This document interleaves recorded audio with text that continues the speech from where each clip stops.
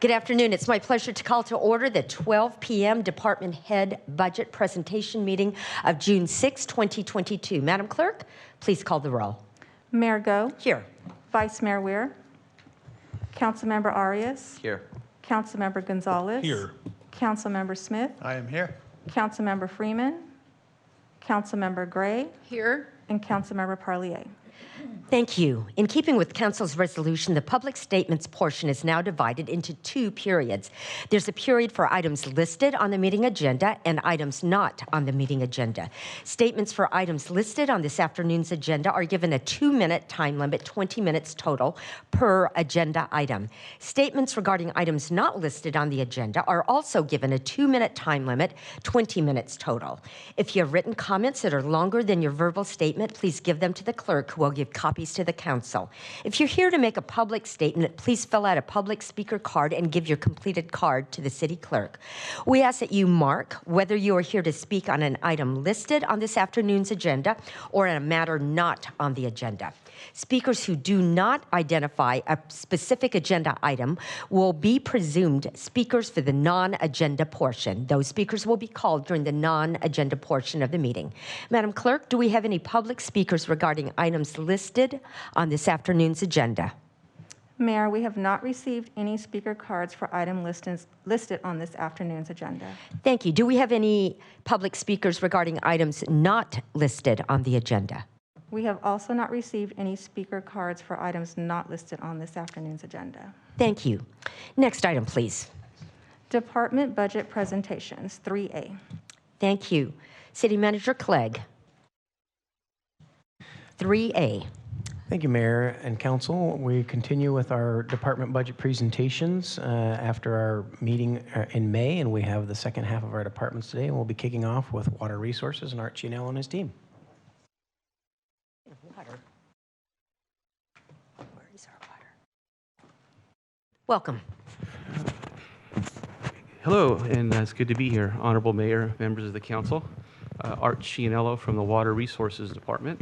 And I want to introduce to you the Water Resources Director, Sam Blue, and our Business Manager, Luda Fishman, who've helped out greatly with our presentation and our budget planning for today. So here we are talking about Water Resources Department. I'd like to start off with a brief discussion of what are we all about, the Water Resources Department. Well, the Water Resources Department manages the city's water resources and assets to provide a firm, reliable water supply to meet current and long-term needs of the residents of Bakersfield. Just a few of our responsibilities is that we preserve and protect the water rights and water properties acquired by the city. We provide high-quality drinking water through the city's municipal water systems. We also wholesale city's Kern River water to various treatment plants.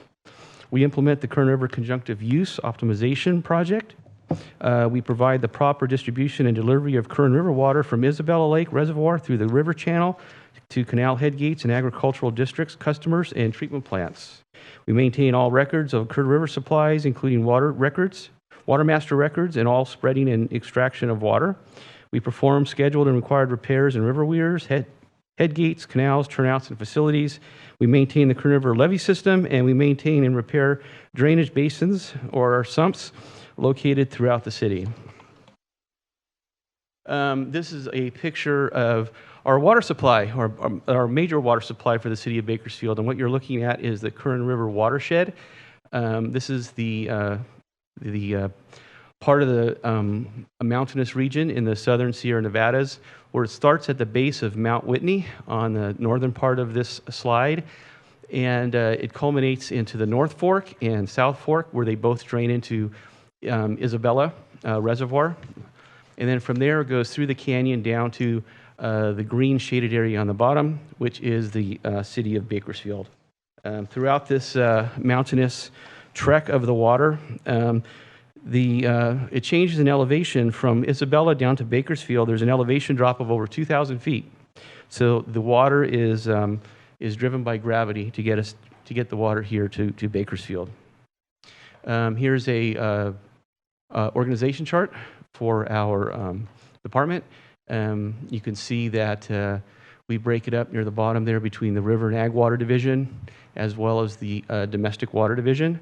We do repair all the fire hydrants, or do the major repairs on all the fire hydrants throughout Bakersfield, and also with our partner, Cal Water Service, that helps, who operates and maintains our domestic water system for about 150,000 people of our 406,000 people within Bakersfield. So we're the second largest water purveyor in Bakersfield. Here's our staffing complement. You could see that we're steady at 32 people right now, and we are not requesting any new positions for this upcoming fiscal year, so we'll be the same as the last 2 years. A few of our accomplishments in our River and Ag Water Division. We've completed the Kern River SCADA project. We just like to tie that into some of the City Council goals. This one happens to be City Council Goal 4.5, and you can see some of the construction that's going on there in the picture on the right-hand side. This is a great project because it allows us to go out to the various measuring points on the river and within the canals, but not just measure it by water height and then estimate water flow, but there's actually electronic devices now which when calibrated will actually give us the flow in cubic feet per second, and we can monitor these on the website. We diverted over 170,000 acre feet through the Upper Kern to irrigation canals and city-owned properties. And what that implies is approximately a dry year. About, as you know, last year was the third driest year on record. Typically, that number would be closer to about 460,000 on April through July, and more like 700,000 acre feet on an average year for the Kern River. We replaced 164 concrete panels along our Kern River Canal, and we also worked on some levee expansions in our 2,800 acres recharge facility in anticipation for the new bike path, new bike path extension, I should say, that will go from Stockdale Ranch over a bridge over the Cross Valley Canal through the city's 2,800 acres recharge area, and then connect into, on the south side, the city's existing bike path. And then from there, you can either go east or you can go west over to Enos Lane. And then from there, ultimately go down to Buena Vista Lake. What are some of this fiscal year's accomplishments for domestic water? You could see them up there. What we're showing here is an underground fire line inspection, is shown in the upper left-hand picture. Also shown as a fire hydrant flow, and the bottom picture shows new piping at a municipal well site, which was required to support development in the Southwest. We are active with our rebate program, and we're always trying to promote water conservation. You can see out of these 4 items that we've offered to the public, there was 124 rebates of a value of $300 each, which encourages people to purchase high-efficiency washers. We also have a $100 rebate on high-efficiency toilets. The smart irrigation controllers for your sprinklers, you get up to a $125 rebate on that one, and we gave out 125 of those, which was our last count. We have free conservation kits, which gives you items in your kit for both indoor use and outdoor water use for conservation at your home. 66 of those was given out free to the public, and also we have a program for rotating nozzles for outside irrigation. This slide here is the proposed operational budget for the whole department.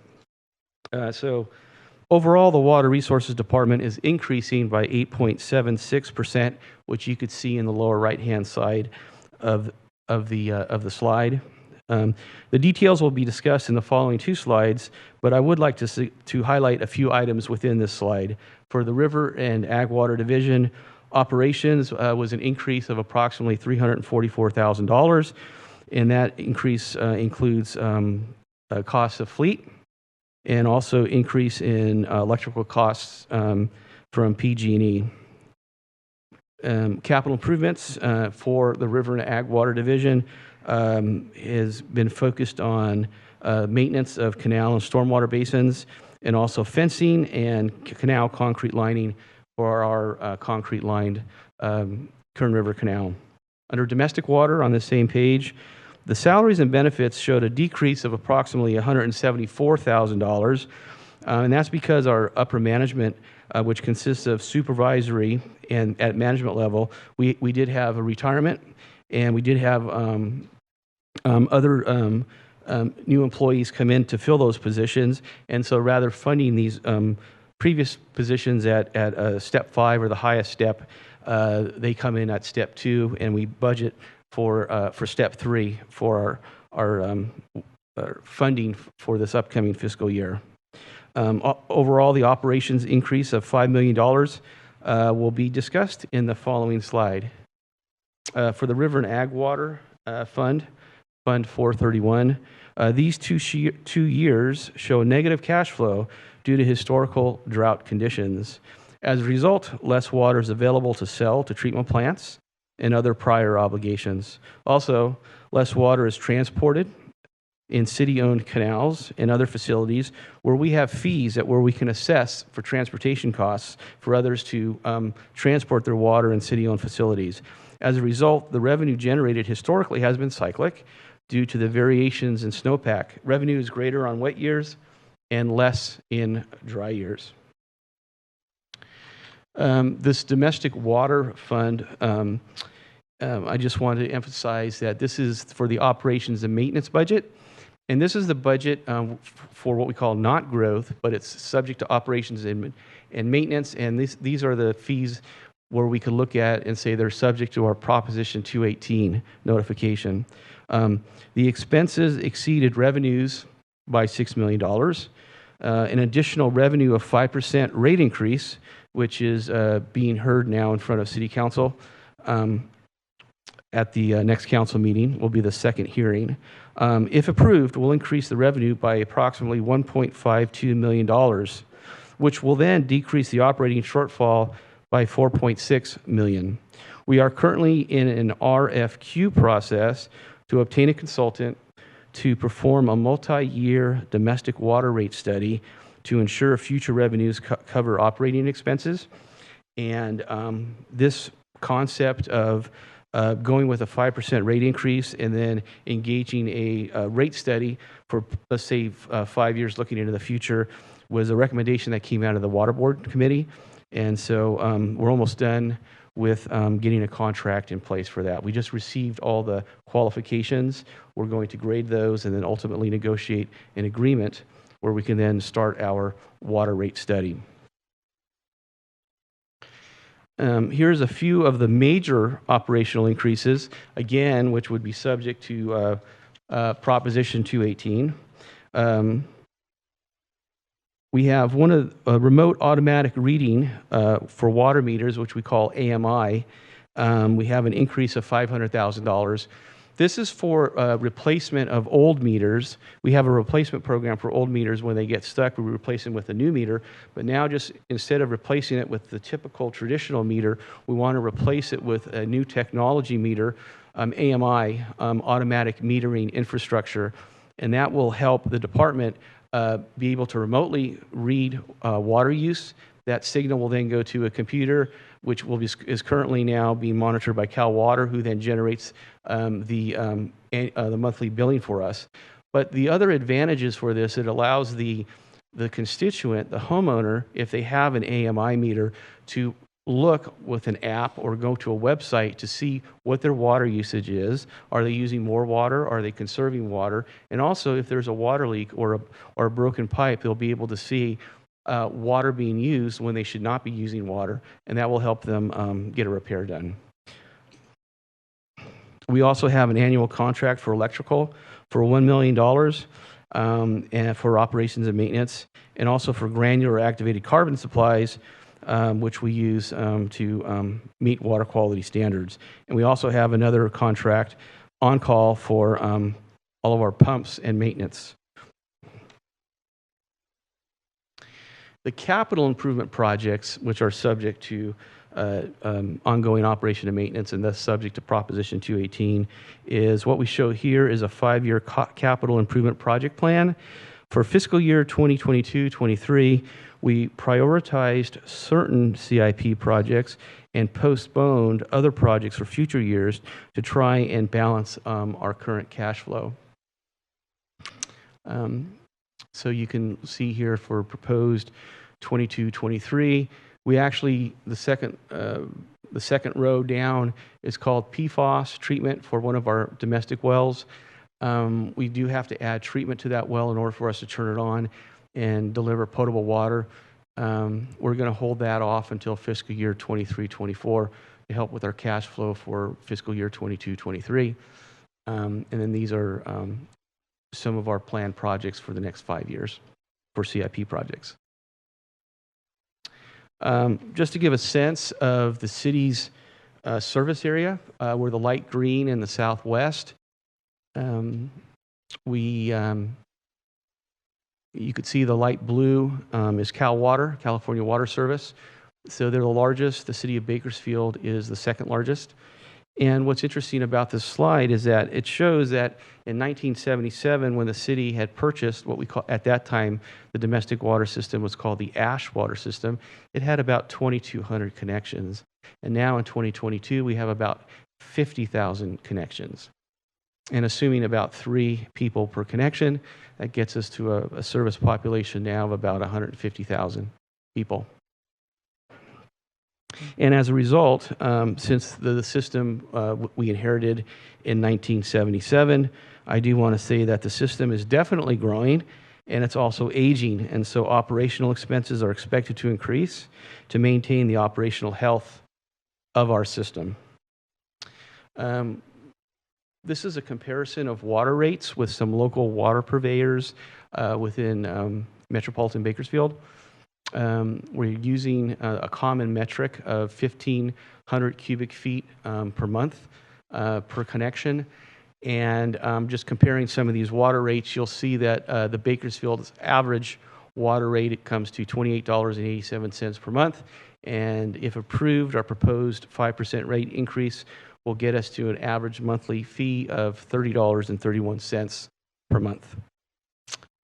And we also compared our rate with other cities within California, and you can see where that red arrow is pointing.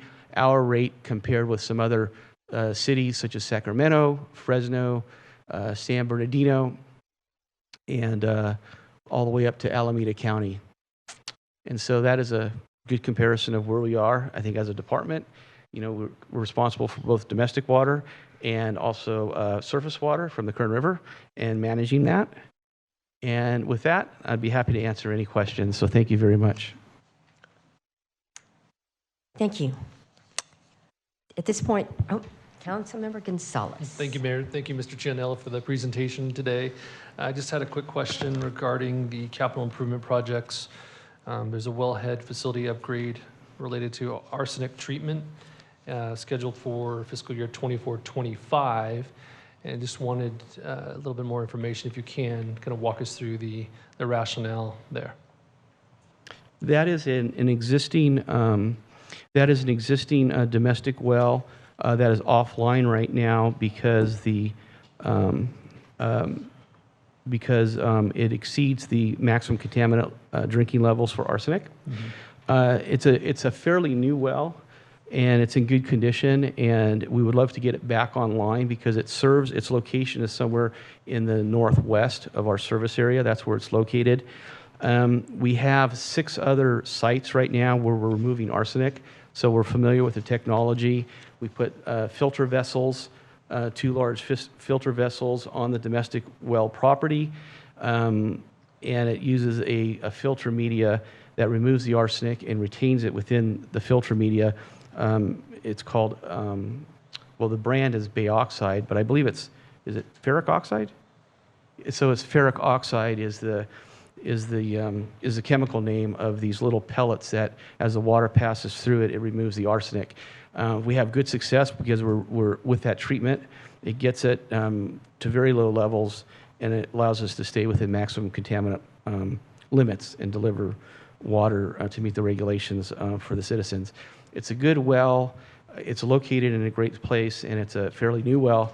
And so the cost of drilling new wells these days is expensive, and also whether you're able to drill a new well and not hit a arsenic part in your earth or not, you're never quite sure. So the most cost efficient methodology, in order if we wanted additional production of water, is to just treat that well. So it's about $1 million. A new well to drill and put treatment on is about $3 million. So it's a lot more cost effective to do that. I will say for arsenic treatment, it is not a contaminant from any sources other than it's naturally occurring. So arsenic is like a naturally occurring chemical in the geology we have and in the rock beneath the ground, and so we have six wells so far that have that treatment. This would be a seventh.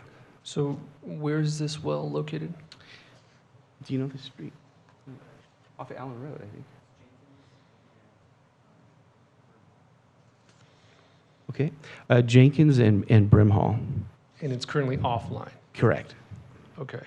Any potential to accelerate this capital project? Oh, that's a great question. We could take a look at our budget, maybe even a mid-year adjustment, and if we feel comfortable with our fund balance and where we are, we'll definitely take that into consideration. Sure. Okay. Thank you. Thank you, Councilmember Gonzalez.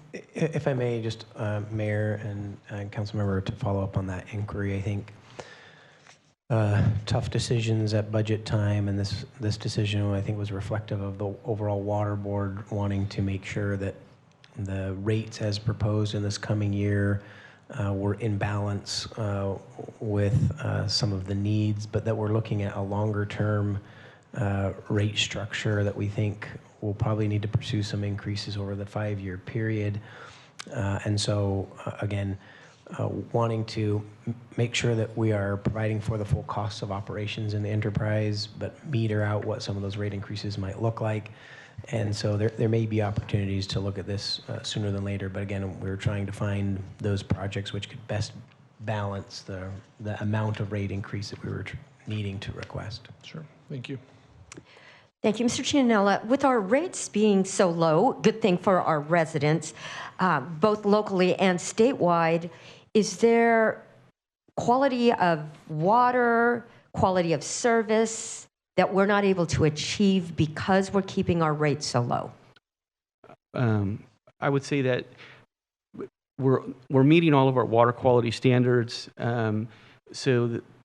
What we just had to do, what I explained a little bit earlier, is that we had to postpone a capital improvement project for a future year. If our rates were a little bit higher, we would have programmed it for the upcoming fiscal year.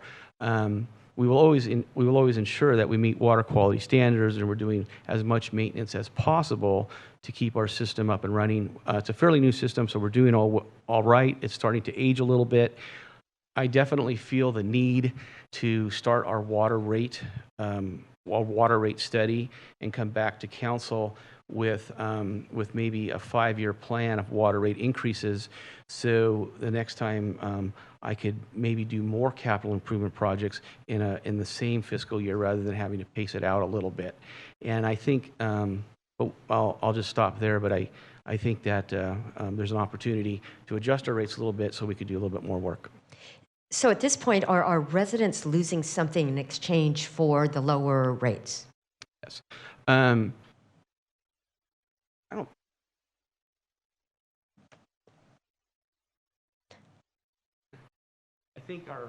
think our residents are doing just fine. I think in reality what's happening is we have to pull from our fund balance in order to still continue to meet the demands and the water quality standards for our residents. And so that's the outcome that's occurring right now. Thank you. Councilmember Arias. Thank you, Mayor. Thank you, Art, for the presentation. I know that you've been with the department and the city for quite some time, and I want to harken back to the last time that California and the Central Valley went through a drought. I at the time was not on council, but can you maybe in some broad strokes share with me maybe what some of the challenges were to our local water supply and water quality, if there were any challenges with particular minerals that were excessive in the water supply, or if there were any additional contaminants, because I know that as water tables decrease, we tend to run into some of those issues. What was the nature of those challenges from my understanding? Thank you for that, Councilmember Arias. Yes, during that drought, 2014, 2015, when it was the driest year on record, the challenges that we had was groundwater levels were dropping. As a result, in multiple wells, we had to lower the depth of our pump so we could still be able to pump groundwater. So we were busy working with the pump companies to go around to many of our domestic wells to lower the pumps deeper into the well so we can still be able to pump water. The downside of that is that it requires more horsepower and more electricity to pump that water. And also, you are correct that in general, with declining groundwater levels, we had increasing levels of arsenic. And it was during that time of 2015 where we had to do an emergency arsenic treatment CIP project, where we came to council and had asked that we can install these arsenic treatment vessels at the 6 domestic wells that we're talking about today. And that was because of the drought of 2015. So we had to be very creative to continue to meet pressure and volumes, but that really forced us to be very busy with our pump companies and lowering wells, and then also doing extra implementing water quality vessels for arsenic treatment because the groundwater quality did decline. Great, thank you so much. And then for my clarification, not to put you on the spot, do we know roughly how much our water portfolio is dependent on groundwater? Yes, I would say at a minimum, I think on average, we're about 70% groundwater, about 30% surface water coming from our surface water treatment plants. The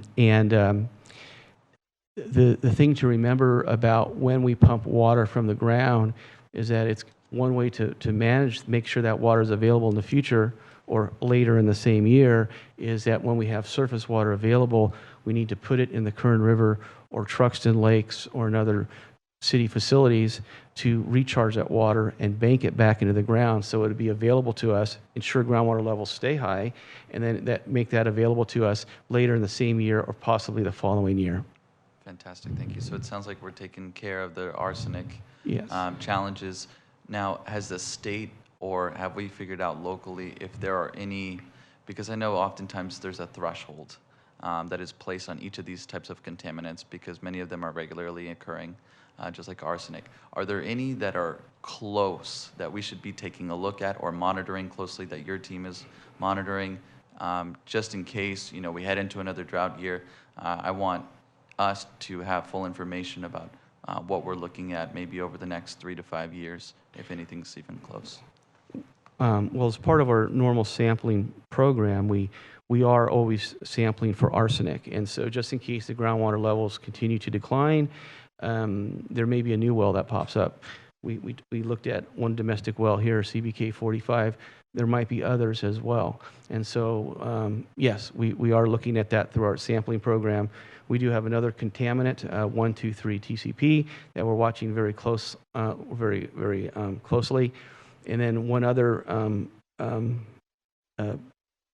constituent right now is PFOS as well. And so we continue to sample for that as well. So we are looking at those maximum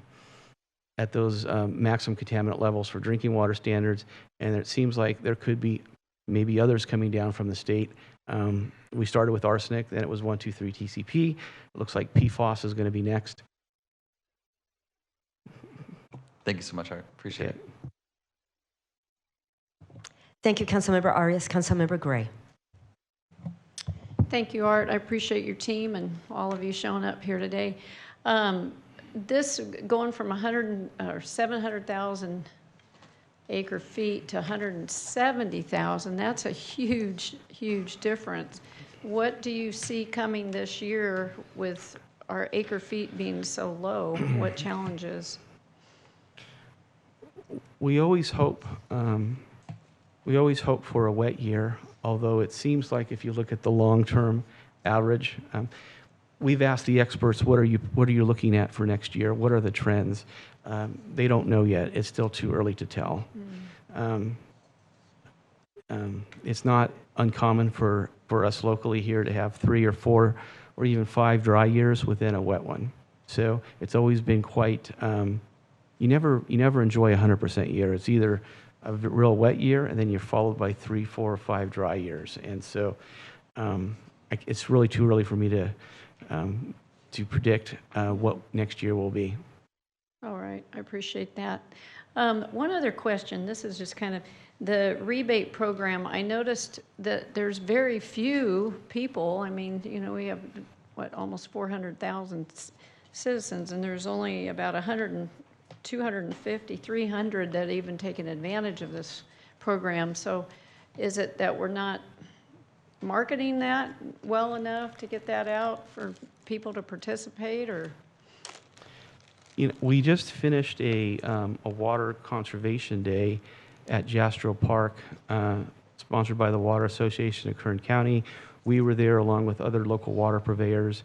We had water conservation kits out there that we were advertising. Cal Water is always marketing what their rebate programs are, and we mirror what Cal Water programs are, just so that we're consistent and there's no confusion between the two water purveyors. It's available on our website, but in addition to that, I'll always take the opportunity when I get a phone call from Jim Scott or other local water or other reporters to let them know that these programs do exist. Yeah, that's great. All right, thank you. Thank you, Councilmember Gray. Councilmember Smith. Thank you, Mayor. Thank you, Art. A couple things. I appreciate, number one, the quality of water and the quality of service that we do give our constituents. I think it's great. The question about the portfolio and amount of groundwater. Our groundwater sustainability agency, I mean, long-term, we show that we will balance. Is that still where we're at as far as recharge versus what we're taking out of the groundwater? Yes, and that is correct, Councilmember Smith. So the Kern River Groundwater Sustainability Agency includes the City of Bakersfield, Kern Delta Water District, and Kern County Water Agency's Improvement District Number 4, which is the part of Kern County Water Agency that's responsible for delivering drinking water through their treatment plant to parts of urban Bakersfield. So those are 2 other partners with the city, and the main project for the city is called our Conjunctive Use Program. And so that means whenever there's an opportunity on wetter years, and once we sell water to our treatment plants and meet other obligations, yes, we need to put water in Truxton Lakes, in Era Park, quite frankly, in the Kern River Channel as well. And it's accounted for that. And assuming that we'll be able to, on an average year's long-term average, if we're able to continue to do that, then we're looking at being sustainable, continuing to be sustainable, and then the deadline is the year 2040. So I don't think anything's changed. We just have to be mindful of how we manage our water, what projects we put together to assume that we're always being sustainable and managing our water sustainability now and into the future for the residents of Bakersfield. Thank you. And just to be clear on the 700,000 acre feet, that's not the amount of water that we use. That's the amount of water that you direct from the river to irrigation districts and ag lands, and the amount of water that we use. Correct. It's the total amount, because on an annual average amount for the Kern River on a 100% year, which is average, it could yield between 700 or 750,000 acre feet. So that would be the Kern River on an average year. Great. And then I just wanted to say thank you and your department for working for the quality of life for other areas in Bakersfield. Your work for the bike path was great, and that's a great addition. And your continual work to try and get more water in the river for the amenity and for recharge. Appreciate all your efforts. Thank you. Thank you. Thank you, Councilmember Smith. I don't see any other requests, so thank you very much. Mr. Clegg? Thank you, Mayor and Council. We'll now move on to our next presentation, which is our Public Works Department. Director Greg Strakalous.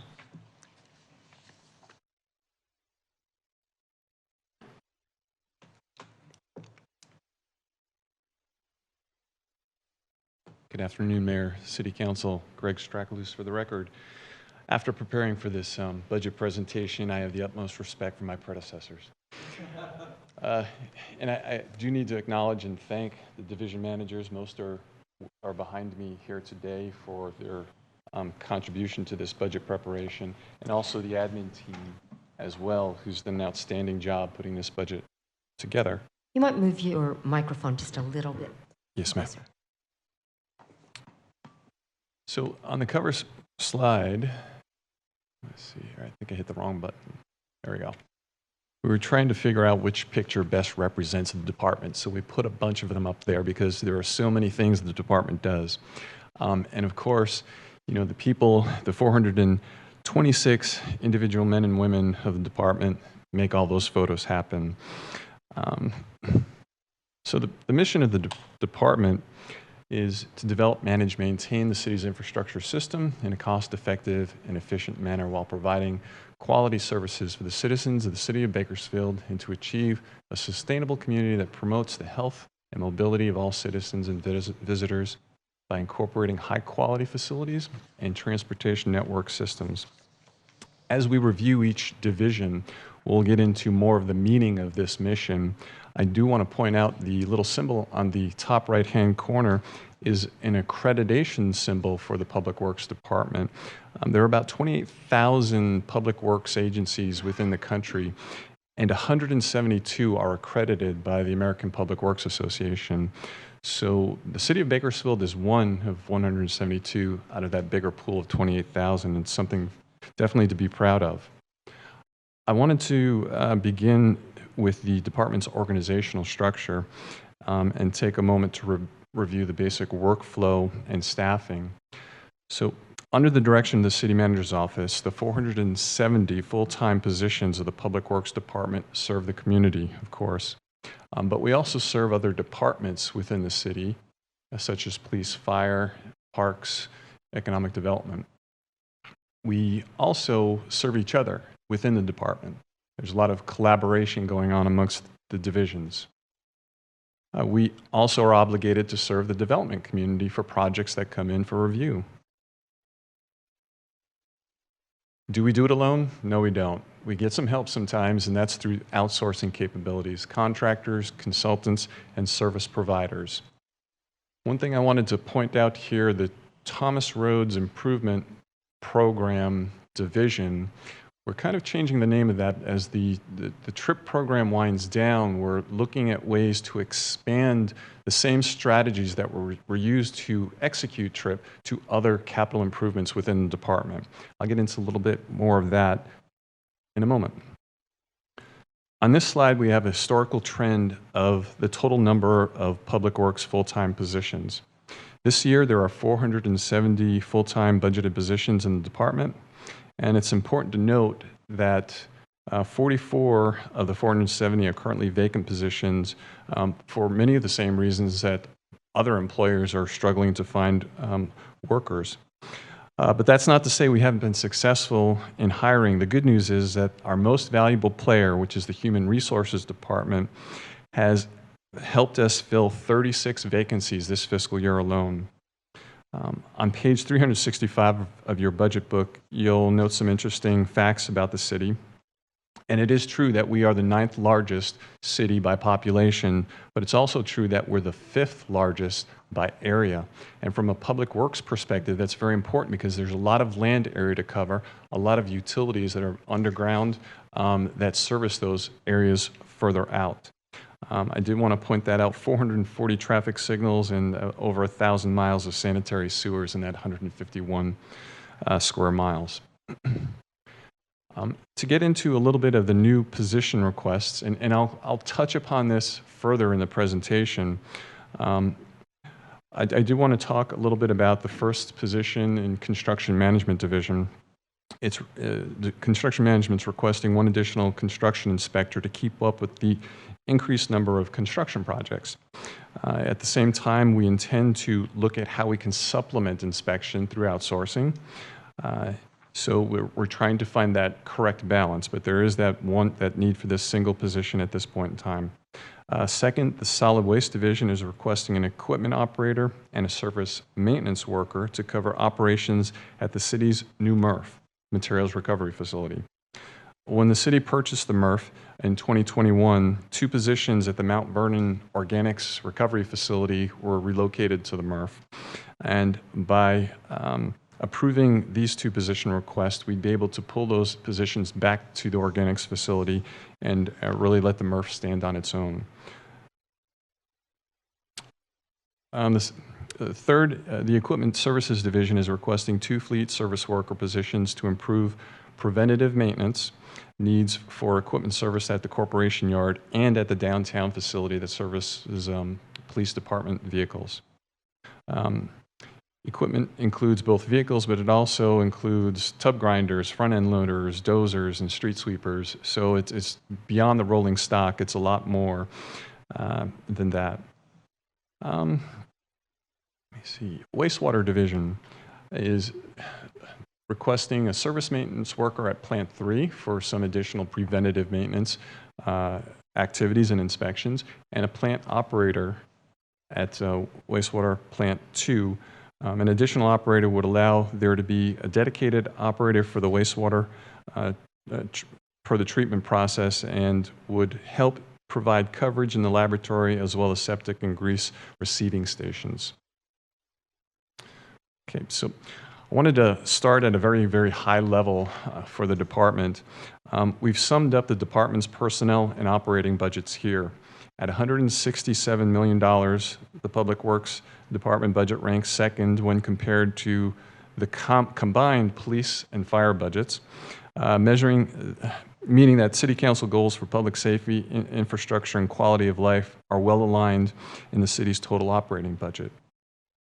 The 4.1% increase in personnel cost over fiscal year 2021-22 represents the requested 8 positions as well as employee step increases, CalPERS adjustments, and some minor additional costs associated with educational reimbursement, overtime. And overtime is an important one when we talk about fulfilling some of our obligations. The 7.2% increase in operating and capital outlay can be tied to increases in fuel costs, utility costs, liability insurance costs, and increase the cost of purchasing materials and supplies. This rate of increase ties in well with the cost of living increases that we've seen. I will point out that the 7.2% is a comparison to the amended fiscal year 21-22 budget. If you compare it to the adopted previous year's budget, we're at 13%.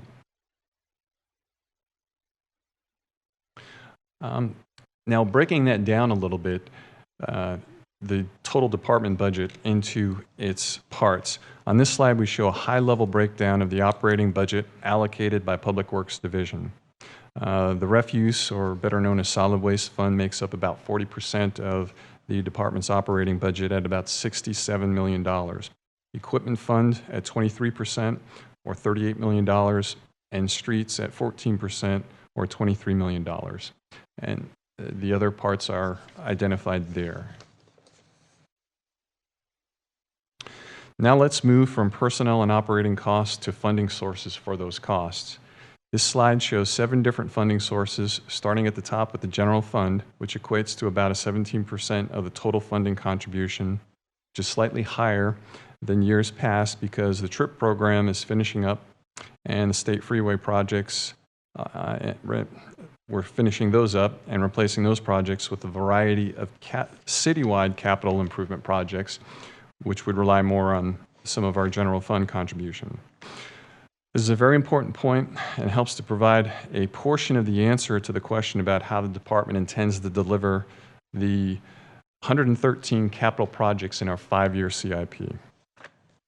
PSVS increase is primarily allocated to the expansion of the Clean City Initiative teams, And also there's a very minor amount there, $25,000 for the pop-up drop-off disposal events. Enterprise fund increases are directly related to primarily the refuse fund rate increase. We also are supported in that solid waste fund with contributions from Kern County for illegal dumping cleanup, and also Caltrans for highway cleanup. And the equipment management fund increase includes $4.7 million to replace equipment managed by the division, including the 22 additional police vehicles and a new fire engine. Okay, so now breaking it down into a little bit more detail, there are 12 divisions within the department, and we'll kind of quickly go through each one. And as we do, we'll talk a little bit about the proposed operating budget, the staffing levels, accomplishments. We'll do a really quick hit on that, and then operating strategies and action plan for moving forward next year. Starting with administrative services, this is on page 179 of your budget book. Public Works Administration is a group of 11 full-time positions responsible for the business processes, financial accounting, and policy and personnel matters related to effective operation of the department. Time for some of the 11 positions, such as mine, is allocated to other divisions, such as solid waste and wastewater, so it's a portion of the 11 positions that you're seeing there. The administration team is looking forward to the implementation of the enterprise resource planning system and the software that will help us become even more efficient in streamlining workflow. Some of our accomplishments, again, hitting upon the filling vacancies, internal interdepartmental coordination, COVID tracking has still been something we've had to deal with, employee empowerment and customer service initiatives. We have had 362 City Council agenda items that we've presented, 2 rate studies, 2 impact fee reviews, a fleet assessment report. There's been the financial tracking and reporting that we do, and we aim to be as responsive as we can as a department. Some strategies for moving forward into next year. Again, recruit, retain, and train staff to fill those vacancies. Electronic workflow improvements, ERP. Organizational workflow review, always taking a look at our processes and seeing where we can do better, more efficiently. Strengthening our outsourcing capabilities, and recommend modifications to purchasing policies and MuniCode. There are some things within the government rigid framework of controls that Public Works Department has some recommendations for on how we can be a little bit more efficient and effective in delivering our program. And also solution-minded customer service and empowerment. So let's quickly move to TRIP, where there are, oops, I just passed a page. The first thing you'll notice on this slide is the addition of Major Capital Improvement Program Management to the title of TRIP, because we do want to expand the strategies of the TRIP program and apply them to some of the many CIPs we have to execute this fiscal year. 5 full-time employees currently in TRIP, and some of the accomplishments, which include the 24th Street addition of sound walls. That's something that we're working on now. There's some additional sound walls we want to get up to finish that project off, but the Stockdale Highway Enos Lane roundabout is complete, and that's turned over to Caltrans. Kern River Bridge improvements, Bell Terrace Bridge improvements, and 80% of the Centennial Corridor Phase 3 and 4, which we hope to finish next fiscal year. Again, strategies, you'll see consistent themes in the strategies. Yes, we want to complete the CIP projects that we've got programmed for next year. We want to acquire the right-of-way at Hageman Flyover and construct the Freant-Kern multi-use pathway, as well as assemble multiple CIPs for program management. Engineering. When I talk about engineering, there are actually 4 branches of engineering, but this is just a cursory view at this point in time. On page 184 of your budget book, we talk a little bit about engineering, and Overall, personnel costs are proposed to increase slightly. There is the request for one additional position, that's that construction inspector position into this division. And operating cost increases reflect a desired increase in operating supplies, as well as contracting some outside professional services to help support our in-house engineering. Strategies and action plans to recruit, again, retain and train staff to strengthen the capabilities by developing a library of private firms that are categorized by discipline: civil engineering, water resources, transportation, construction inspection, the whole gamut of disciplines where we can go to that library and contract with those firms and help us execute our programs. Again, we want to recommend some updates to the purchasing policies, thresholds, and the Code of Ordinances, but still maintain that rigid framework of government checks and balances. We want to build in city control, construction contingencies, and secure grants. We definitely want to throw a lot of attention at getting those grants. And of course, fully support the EAP process to streamline workflow. Starting with subdivisions, we couldn't really, oops, I went a little too fast there. Couldn't really figure out a good picture, because really subdivisions, they're moving the required paperwork, plans, subdivisions, permits through the process, making sure all the city standards are attained. I will say the highlighted yellow items there are things that we take to council. But you can see by the sheer volume of permits that were issued that they are a very busy division. Again, strategies and action planning. Because we're working with the development community, we want to make sure that we are solution-minded in providing solution-minded service and empowering employees to work with individuals coming to the counter to make sure that we're working to get an answer that works for both parties, win-win situation. Electronic permitting is going to be a big one for us. When that starts, it's going to help streamline our work.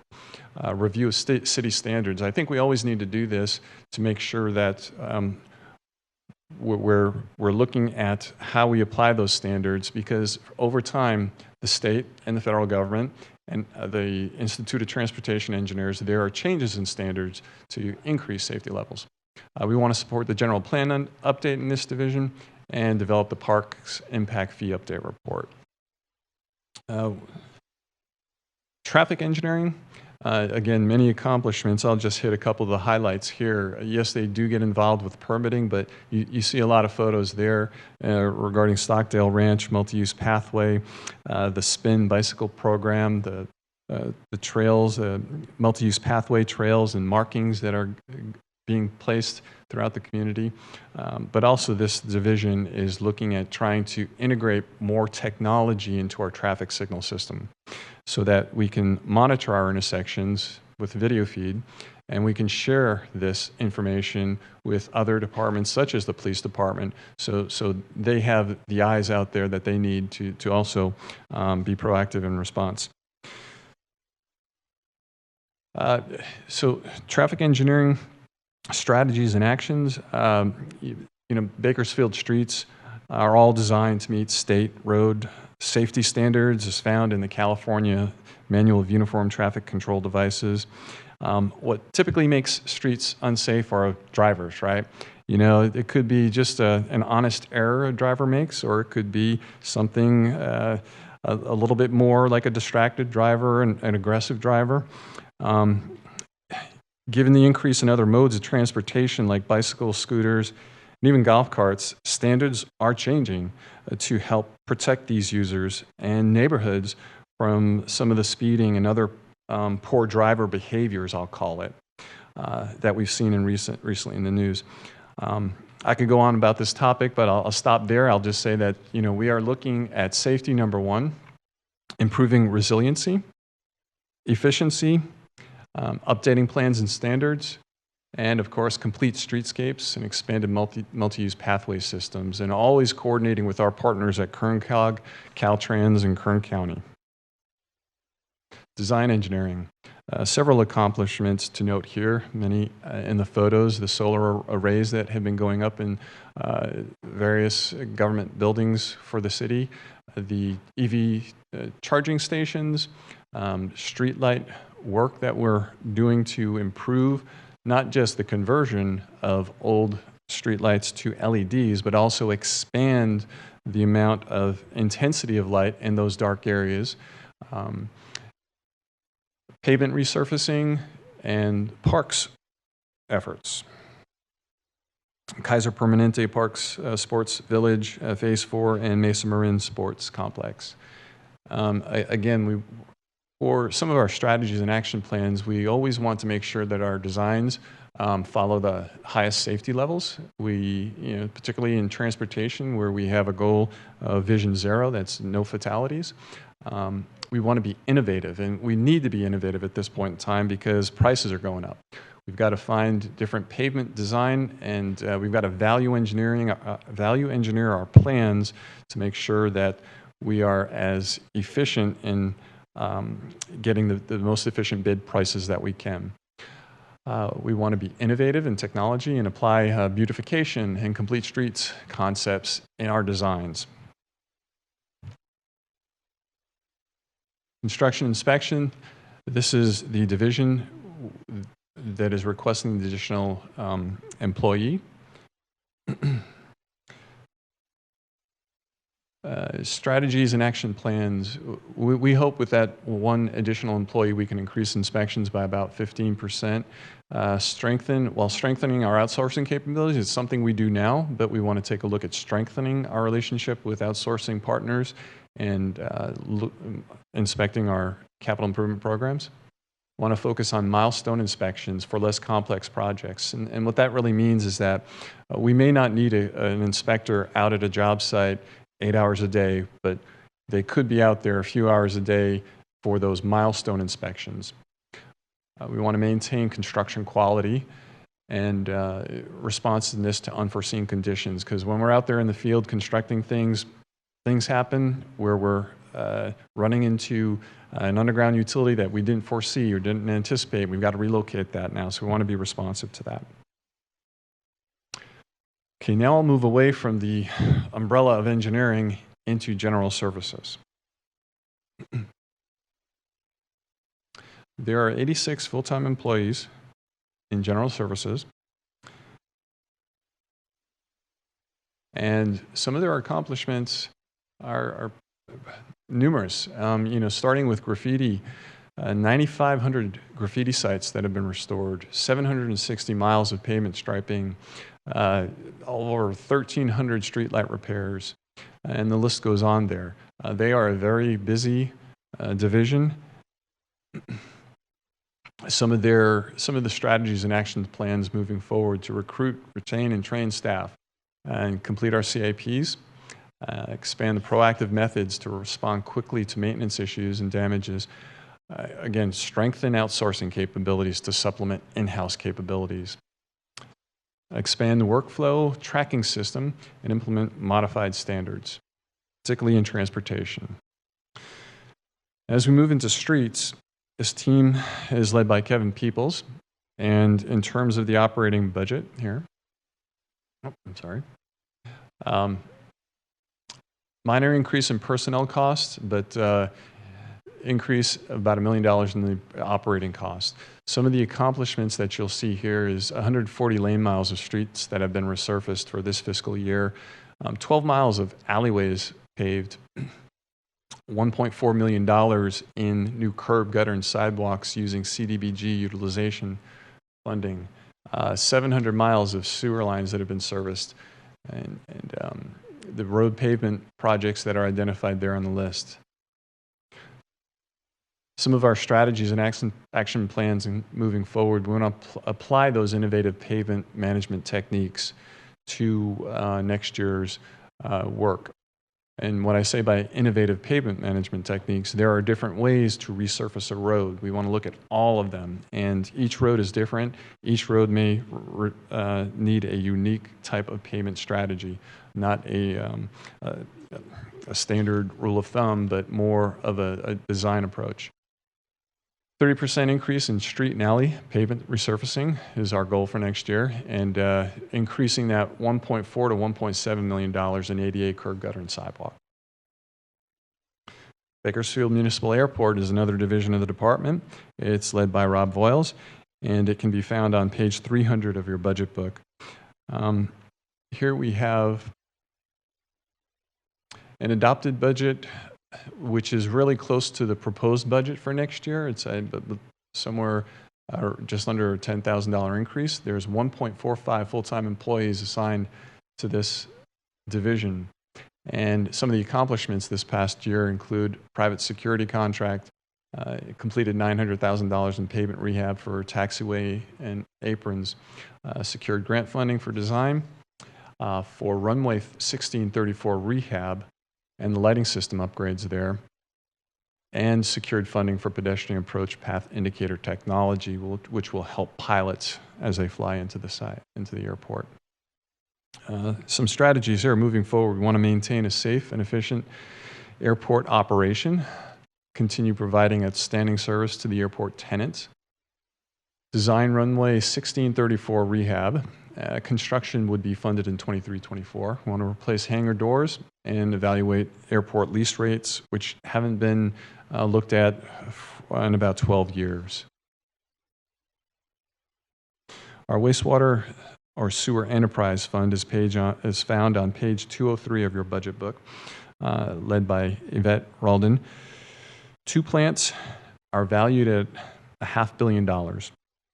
Wastewater division has 43 employees, and they are asking for the 2 additional employees that I mentioned earlier. The personnel cost increase here are attributed to those 2 additional employees.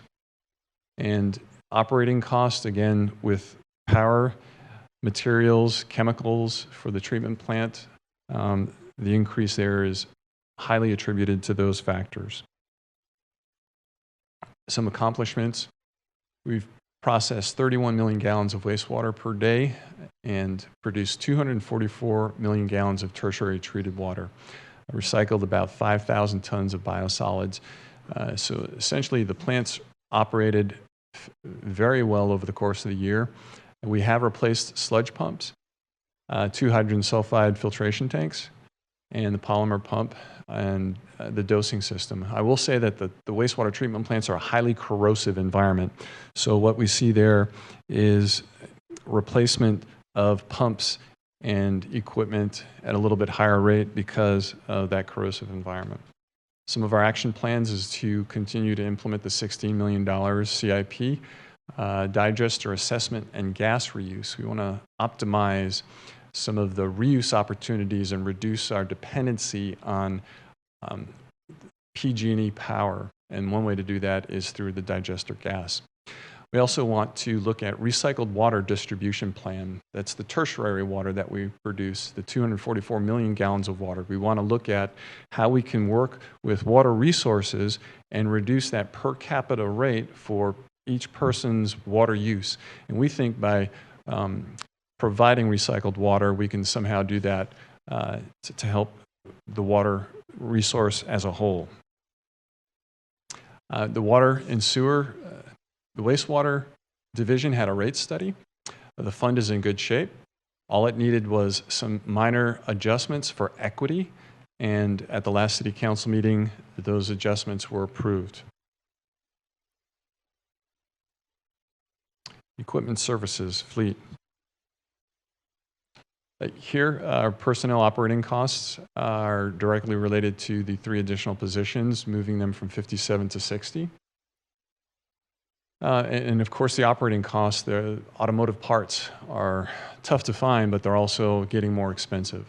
And of course, the power and the utilities, all of those things that I've touched upon for the previous divisions. Some of their accomplishments, they've had 3,700 preventative maintenance services. Now, there should be more, and the fleet assessment speaks to that. I'll get into a little bit more of that later. There were 11,000 equipment repairs, 218 new pieces of equipment that has been acquired last fiscal year, 117 pieces that were auctioned off. And we are in the process of expanding the police department fleet services garage with lifts and complete the fleet services division assessment report. So a little bit about that assessment report. The objectives of the assessment were to review the organizational structure, policies, practices, and procedures for that division, to compare to the industry's best practices, and then to recommend improvements, benefits, and develop a plan for implementation. Summary of the results are that there were 107 areas that were reviewed. 51 of those areas could be improved upon. And the top 4 having to do with filling vacancies, vehicle maintenance and repair levels, facility infrastructure and equipment, which again we are working on. You saw that in the previous slide. Vehicle acquisition and disposal, and that's the vehicle acquisition part is just a tough one because of the supply chain issue. But customer service, we can definitely improve areas of customer service by providing more on-time, real-time information to our customers. So strategies and action plans for moving forward. We want to recruit, of course, and we're hoping to reduce that 16% vacancy rate down to 8% or better next fiscal year. We want to strengthen the capabilities through outsourcing services, like outfitting some of the vehicles as we do now. 15% increase in the preventative maintenance and repairs, 20% decrease in the vehicle downtime, and we want to improve customer service. The study averaged out our customer service rating at about 3.7, and we want to get to a 4, which is a very good.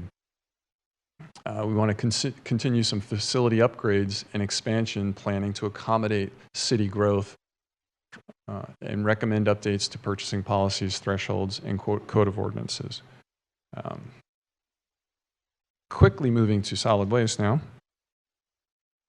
There are currently 117 employees. Solid waste is asking for additional 2 employees for the MRF to get that up to 119.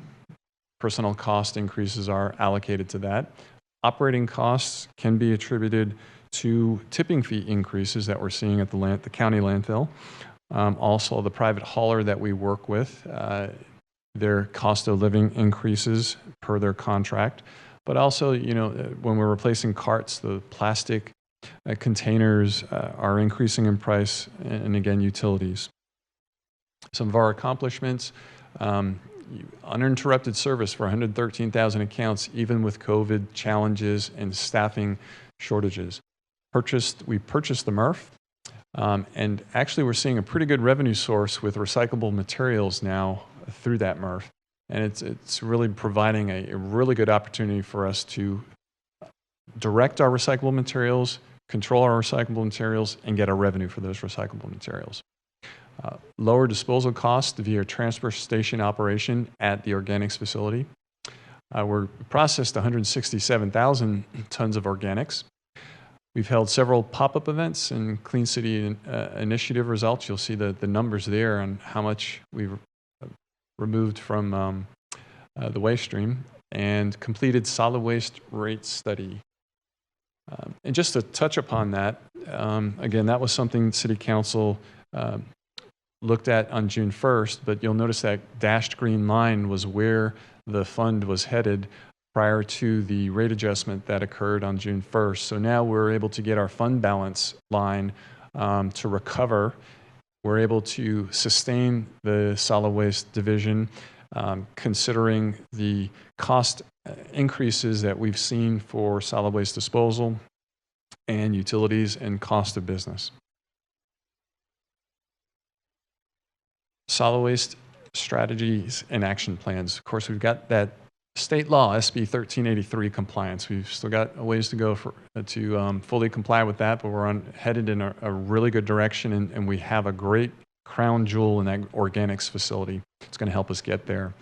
We want to develop a 10-year facilities master plan. Now that we have the MRF, we have the organics facility. We're integrating a transfer operation at the organics facility. We see the organics facility growing. We want to make sure it grows in the right way. We want to expand anti-litter, anti-illegal dumping programs. And we want to expand illegal dumping cleanup and coordinate with Kern County. And we want to continue to support all of our partners at KBB, Adopt a Road, Great American Cleanup, and Earth Day programs. So all great programs. So I'll catch my breath before we go on to the capital improvement program. I'm not sure if we wanted to touch upon questions for the operations, or did we just want to jump right into the capital improvement program? I think you can keep going Will do. quickly. Absolutely. So in the 5-year CIP, we've got 113 CIPs, and this upcoming year, we've got 96.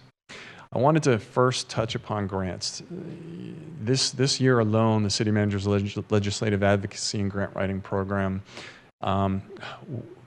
we've applied for over $100 million worth of grants, and there's close to $80 million in public works applications.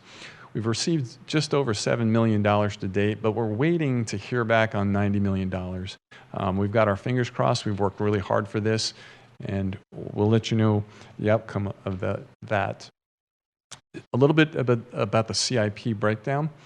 So we've got Public Works at the top with the largest CIP allocation of just over $72 million. I wanted to break that down a little bit into categories: right-of-way improvements, wastewater, stormwater, grant match, and annexations. And I'll touch upon that because the grant match and annexations is something that is put in as a placeholder that we could use if we are successful in receiving some grants on some projects, and if we need a fair share contribution for those grants. Facility improvements, solid waste improvements, and airport improvements. So I want to just kind of quickly look at the revenue sources. I thought this was an interesting slide to develop. So we all pay fees and taxes, and some of those taxes and fees stay in Bakersfield. Some go up to Sacramento, some go to Washington, D.C. Some amount of the taxes Bakersfield residents pay come back from Sacramento and Washington. And it's how much we can get back that helps our capital improvement program. So these ones that I'm circling here equate to about 29% of what we're getting back from the state and federal taxes to help support our capital improvement program. I thought that was quite interesting. There's also an additional $90 million of grants that we've applied for.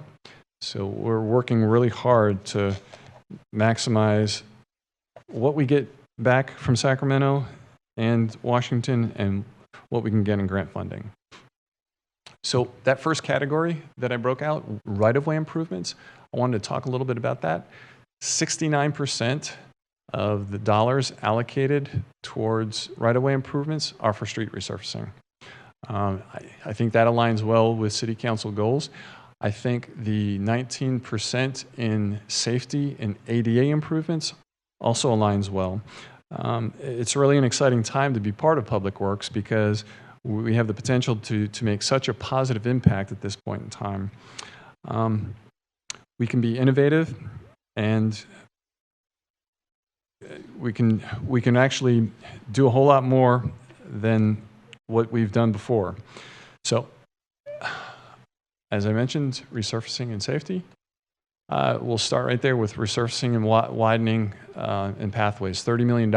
Next year, we're looking at this list of streets, and we're looking at allocating $8.7 million citywide for resurfacing streets in need of resurfacing using innovative approaches to resurfacing.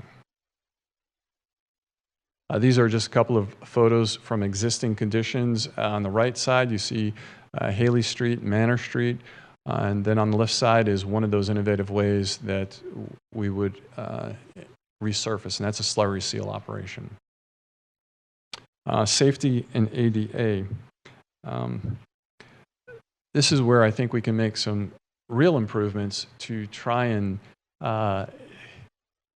get to safer neighborhoods and reduce pedestrian crashes and fatalities. There are things that we're looking at in the downtown corridor enhancements for streetscape.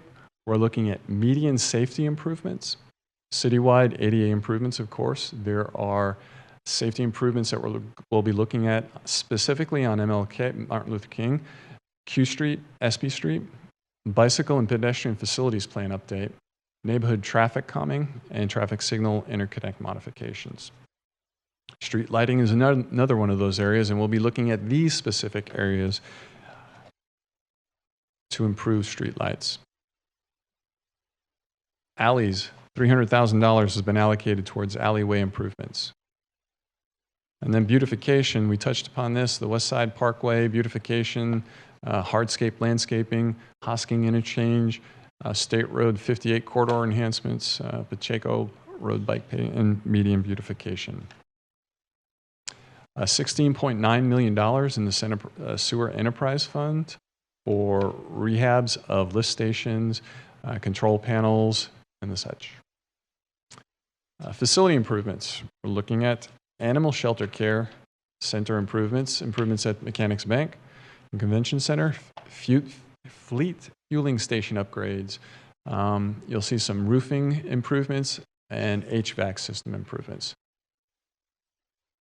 The refuse fund, we would like to improve the line operation at the MRF and also cover some of the valuable recyclable material out there to get the highest market value possible.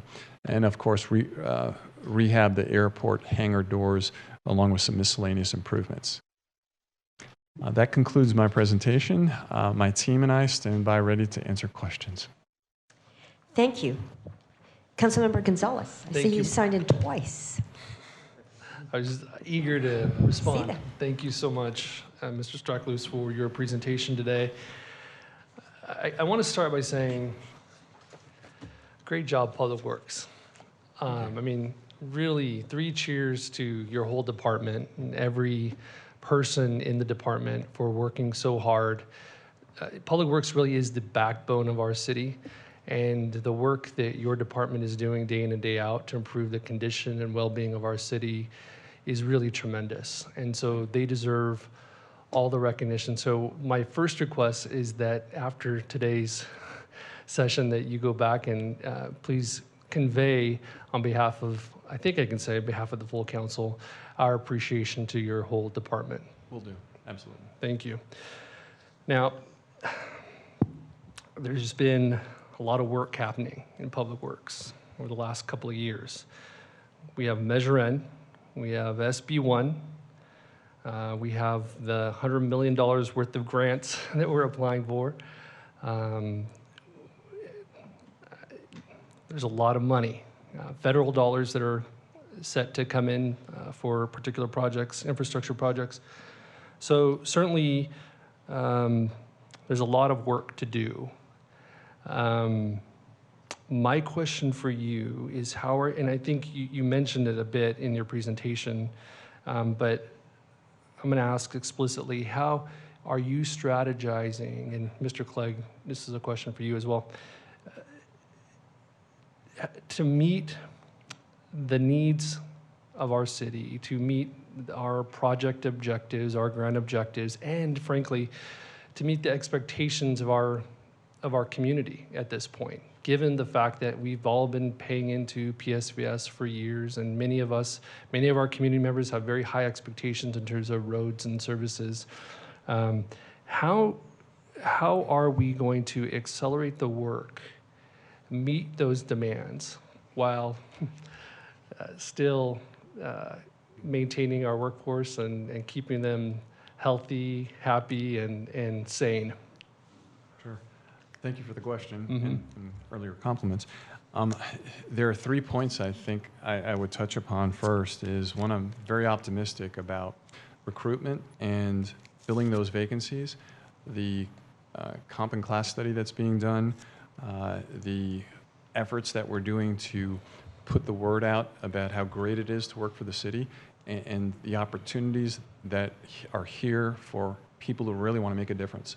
So I'm optimistic on filling those vacancies. But if that's going to be slow going, which it may, we've got to find that right balance for outsourcing, right? That's critical. We've got to engage our private partners, consultants, contractors, and engage them in such a way where we can quickly and be responsive in that engagement. And that leads me to the third point, where I think we can review portions of the Muni Code and purchasing policies while still maintaining that very government rigid framework for how we do business, but still look at some of the thresholds, let's say. For example, a time extension to a contract. That is something that currently needs to go to council. Even though there's no dollars that are changed, a time extension to a contract needs to go to council. So there's the opportunity to potentially allow administrative extension of a contract just for time. That's one item. Another item could be the design-build approach. I'm accustomed to making that decision at a department level to find that project that's appropriate for the design-build approach. Here at the city, it's a council decision as to which approach is taken, whether it's a conventional bid, which is expected, or a design-build approach, which is a council approval item. So there are things like that. But lastly, the $40,000 threshold for agreements, when you apply CPI and cost of living, I calculated over the last 2 years, it's really $34,000 today, right? 2 years ago it was $40,000. Now it's $34,000 when you think of the 8% CPI increase this year and the 6% the previous year. So I would just suggest taking a look at some of those thresholds. Okay, I appreciate that a lot. And I guess what I'd like to do is make a referral tonight or today that Mr. Clegg, your team, and along with Public Works, come back to the council with specific recommendations in that regard, in ways that we can change code so that we can expedite some of these projects. And we do that post haste. Thank you, Councilmember. We'll take that referral. And I just wanted to add on some of the thoughts from our Public Works Director. Agree that there are, we're in a good position that we're adding capacity internal. We're also in a position where, compared to historically, it was challenging to pursue certain efficiency projects because it takes some resources to get a new software or to create some of those efficiencies. But we're now in a position where we are pursuing greater efficiencies to just make our work, better, faster, smarter. But also I wanted to reflect on one other aspect, and would give credit to Greg on this because he's been doing a lot of thinking about it, but also want to highlight this, is that we're looking at how do we build our capacity outside of our own sort of internal structure and internal capacity. How do we create more opportunities to contract out, especially these types of capital projects? That's something that can be managed by outside contract. There is a certain level of oversight necessary to make sure that we're keeping an eye on those projects, and that takes a certain level of work as well. But as mentioned early in the presentation, the TRIP program has been a successful example of where you can contract out a large body of work that can be managed, largely in its entirety with some oversight. And we see, again, with the influx of state grant dollars and federal stimulus monies and the Measure N monies, frankly, we have more one-time monies than we have the capacity to build all at once right now. Mm-hmm.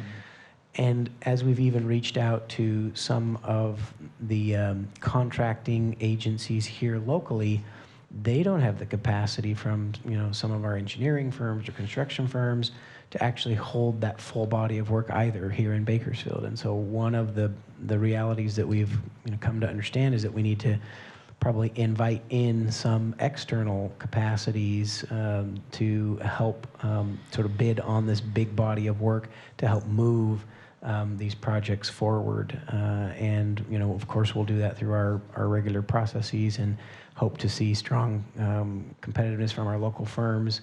But I guess the good news is everybody's doing lots of work, and we're at capacity even as a metropolitan area. And we're looking at how to package up large bodies of capital work and bring the resources here to get more work done quicker, because it is a tremendous body of work. My last thought on that score is the good news is we have some resources to catch up. but in some areas where we've had deferred maintenance for a decade or more, it's not going to take us a whole decade to catch up, but it's going to take us, several years to do some of that catch-up work for, 10 or 20 years of deferrals.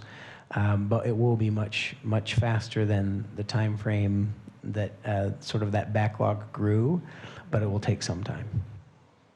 No, I certainly appreciate that, and I do appreciate you addressing the issue in multiple different ways and your creativity, and I look forward to seeing that referral come back to council. I could spend another couple hours going through this and asking specific questions, but I won't do that. I'll just say this. Thank you on behalf of my constituents in Ward 2, the oldest part of the city of Bakersfield, most historic wards, or neighborhoods. A lot of appreciation for your team in terms of the number of streets that have been repaved over the last year, actually a couple of years. The attention to our alleys and those being repaved, it's gone a long way for many of my constituents. The curbs, the gutters, the additional street lighting enhancements, all of this is really impacting the families that I represent in a very real way. And I want your team to know how much they appreciate that. Thank you. Thank you, Councilmember Gonzalez. Councilmember Smith. Thank you, Mayor. I just appreciate Public Works also. I mean, that is truly the backbone of the city, providing services. A couple of things, the quality of life is a clean city, and then the graffiti abatement, 9,500, is a big number, and the Clean City Initiative is a great idea. I appreciate the Public Works help in that, keeping the city clean. $100 million in grant applications is moving in the right direction. Appreciate that. I did want to ask about the electronic permitting. You mentioned that. Is there a timeline? When do we expect that to? I know building department has just went online with theirs pretty recently. I was looking for Chris Boyle on that one. Yeah, Councilmember Smith, we're very near to full implementation on the building side. They've been in a pilot mode and a testing mode. I think on the public works side, we're probably, I would estimate, 4 months out as we work through some of those building pieces to have full integration of all the departments, but it is in the near future. Great. That has been needed for quite some time, and glad we finally getting there. Thank you. Thank you. Thank you, Councilmember Smith. I don't see any other requests to speak. Thank you so much, Mr. Strachalose. Thank you. Let's take a 8-minute break. Oh, 1:40. So Mr. Boyle wants me to say at the end that it's going to be that it was a scintillating presentation. So let's make it that way. Well, thank you, Madam Mayor. Per your Whether it was request, going to be. scintillating it shall be.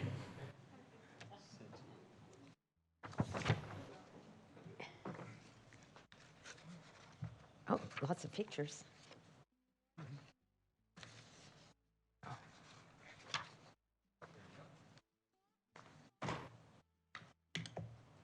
Okay, thank you. Just a small delay there.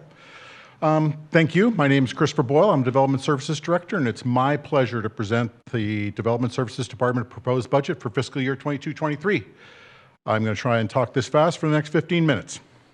I'm going to break down this presentation into really two parts. First, the planning division. Secondly, the building division. And within that, we'll first look at their accomplishments, or we can also call that a return on taxpayer dollar, and council objectives. And then we'll look at my request for fiscal year 22-23. We'll put a bow on it and tie it all back together into one departmental review, and that'll be that. So right now, as proposed, the city's Development Services Department would encapsulate 103 total employees. I think your budget book calls out 104, and it's important to note, or not important to note, that the missing number is that my GIS technician is being assigned to the Technology Services Department. So although he'll be housed within Development Services, he'll technically be an employee of Technology Services. All in all, Planning Division would have 18 employees, the building division 81 employees, and of those, 51 employees would be assigned to code enforcement. So basically, half of the department's overall complement is tasked with code enforcement and rapid response team in the fair city of Bakersfield. I'd be remiss if I didn't take a moment after this fiscal year to spend some time thanking my employees. I don't have all of them in these graphics, but I want all of them to know within this presentation just how important they are to the successes of the Development Services Department over the past year. I want to personally thank Mr. Burns' building division for their hard work. Here we have a look at mostly the building inspectors team, but there's a plan checker in there and so on and so forth. Also want to thank the code enforcement side. Here we've got a graphic of our code enforcement officers after a training and include the new code enforcement manager, Mr. Paquette, as well as the 3 supervisors, Mr. Gonzalez, Mr. Rodriguez, and Mr. Owens. I would be remiss if I didn't also recognize the guys in code enforcement who clean it up and take it away, and that's the rapid response team side that doesn't include the code enforcement officers. We can see the supervisor 2, Mr. Zamora, on the far left-hand side. Combined between the code enforcement team and complement within RRT, they've done great things over the course of this last year. And lastly, I have all of my planning division in-house right there, including one of my new hires, and I want to personally thank Mr. Paul Johnson, Director Paul Johnson, who is in audience right now and available to support if there is a question that is applicable. I want to thank them specifically. They've done great things with their complement this year. And let's start with planning. And I want to take the time to go through every single one of these bullet points before we move forward. But in the interest of time, because my last name is Boyle and the B stands for brevity, we're just going to say that the planning division is engaged in a lot of things. Some of those things one doesn't really even think about, but in the end, they're highly integrated with multiple divisions in the city, and it's their integration that is assistive on multiple fronts in other divisions. Let's look at their productivity. 13 guys. Well, there was only 12, really. We just got a new hire in and another new hire in. But in a word, this division's been busy. They actually doubled their revenue projection in the past year in terms of the volume of work they've done. So original projection, around $460,000. Actual projection, $948,000, a $486,000 overage. That's at a time, not to mention, that they're actively engaged in the completion of a habitat conservation plan, a climate action plan, a municipal services review, and a potential sphere of influence update, the housing element update, which includes updated zoning components specific to housing, and a general plan update. 3 of those major deliverables are to be delivered this upcoming fiscal year, and the housing element, if I survive 2022, the housing element will follow rapidly on their heels with adoption in December of 2023. I wanted to note, too, that the department's been successful in procuring $1.649 million of grant funds, and those grant funds pay for all of the items, not some of it, all of the deliverables in the items that their dates of completion are highlighted in green. So we've gone far in not having to ask the council for additional revenues by finding those revenues available through LEAP grants, REAP grants, and the like. We've done that with a staff of 16, although we had some degree of shortages over the course of the last year, which brings me to my request for personnel. This year, I've requested an assistant planning director, and that position would be funded through the General Fund and Development Services Fund. Mr. Johnson needs the support of an assistant director to best capitalize on the staff that he has available to him in the deliverance of major deliverables, as noted earlier. I've also asked for an associate planner 1 to be financed through Public Safety Vital Services funds, and I would assign that particular employee to our permit planning counter. I would note that our all you have to do is look at a doubling of revenue over projection, and you can see that our planning counter, who handles our permitting section, is in dire need of help. We've put some Band-Aids on open wounds to continue delivering exemplary customer service from application to occupancy, but we do need additional support, and that associate planner is that person that I look to fill that gap with. That would bring a total complement of planning staff to 18.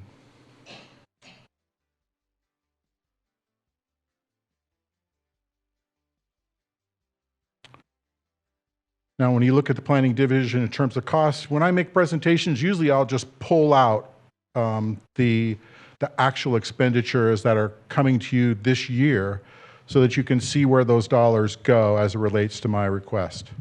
I have a new personnel that accounts for about $260,000. Startup costs, it's about $140,000 in miscellaneous ancillary expenses that help us with annexations and ordinances and the like. Long story short is that of that, we have about a 12% overall rise in our planning budget over this next year. And we compare that to our comparable cities. I would say Bakersfield has a 100% return on investment on a total of $2.977 million, which would be 0.4% of the overall budget for this fiscal year.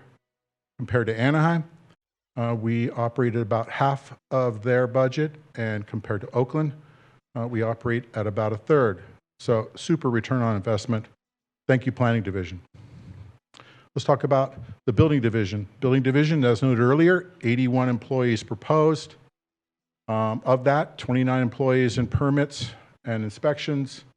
There's one reclassification that's in response to going to online permitting.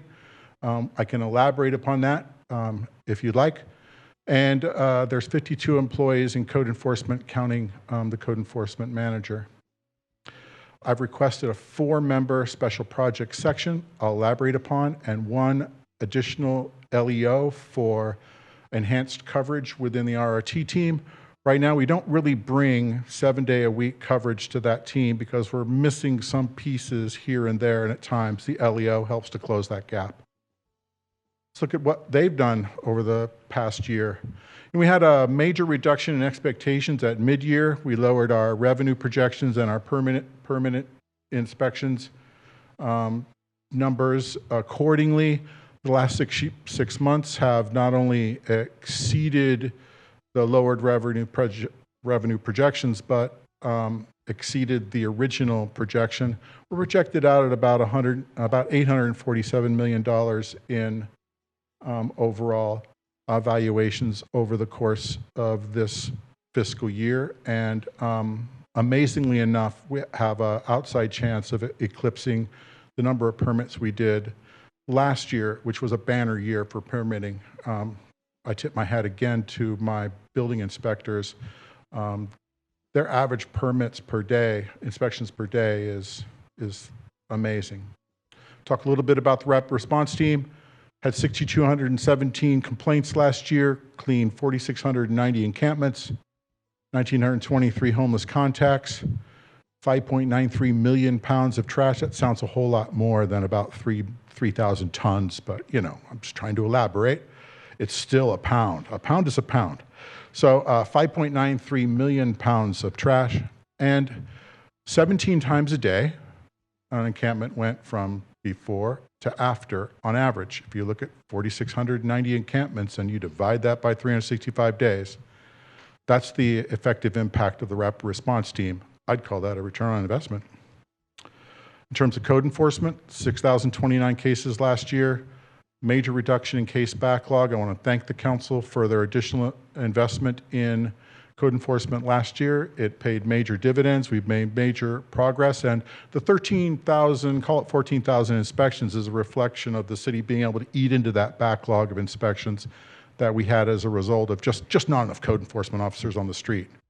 If you take the RRT data included, you have about 34 cases per day for the entirety of the code enforcement section. My request is to bring about a special projects team of 4 players, 2 code enforcement officers, assistant code enforcement officer, and an operations support specialist to go after a problem that's been on the minds and lips of our public as it relates to our abandoned, dilapidated, and fire damaged structures in the community. That they would also be able to attack community blight, commercial signage, property maintenance. We haven't had the opportunity to really have proactive campaigning in the city because of our backlog and what have you. It's been hit and miss, touch and go. This would add the capacity where we wouldn't be giving away our advances of the past year, and we'd have very, very definitive mission for this group of individuals. They'd also provide receivership support. Right now we have 1 property in receivership and another one coming close to a filing with the court system. And that takes an additional amount of work on the part of the code enforcement team in collaboration with the city attorney's office. The ask on that team ultimately comes out to about $900,000. Of that, about $470,000 is in salary and benefits. You won't see the vehicle component of that within this budget because it's addressed within fleet, but it allows for training and special operations project costs, whether that's lit guarantees or other board ups, demolitions, and the like associated with the ongoing mission of the special projects team. We look at comparables.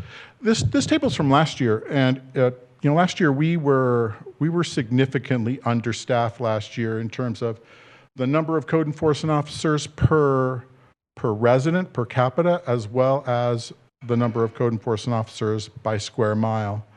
And we've made great headway in addressing that in this last year. And the idea of the special projects team is to not give that away. Other cities have made major progress and added additional staff, and we're really just basically keeping pace with them.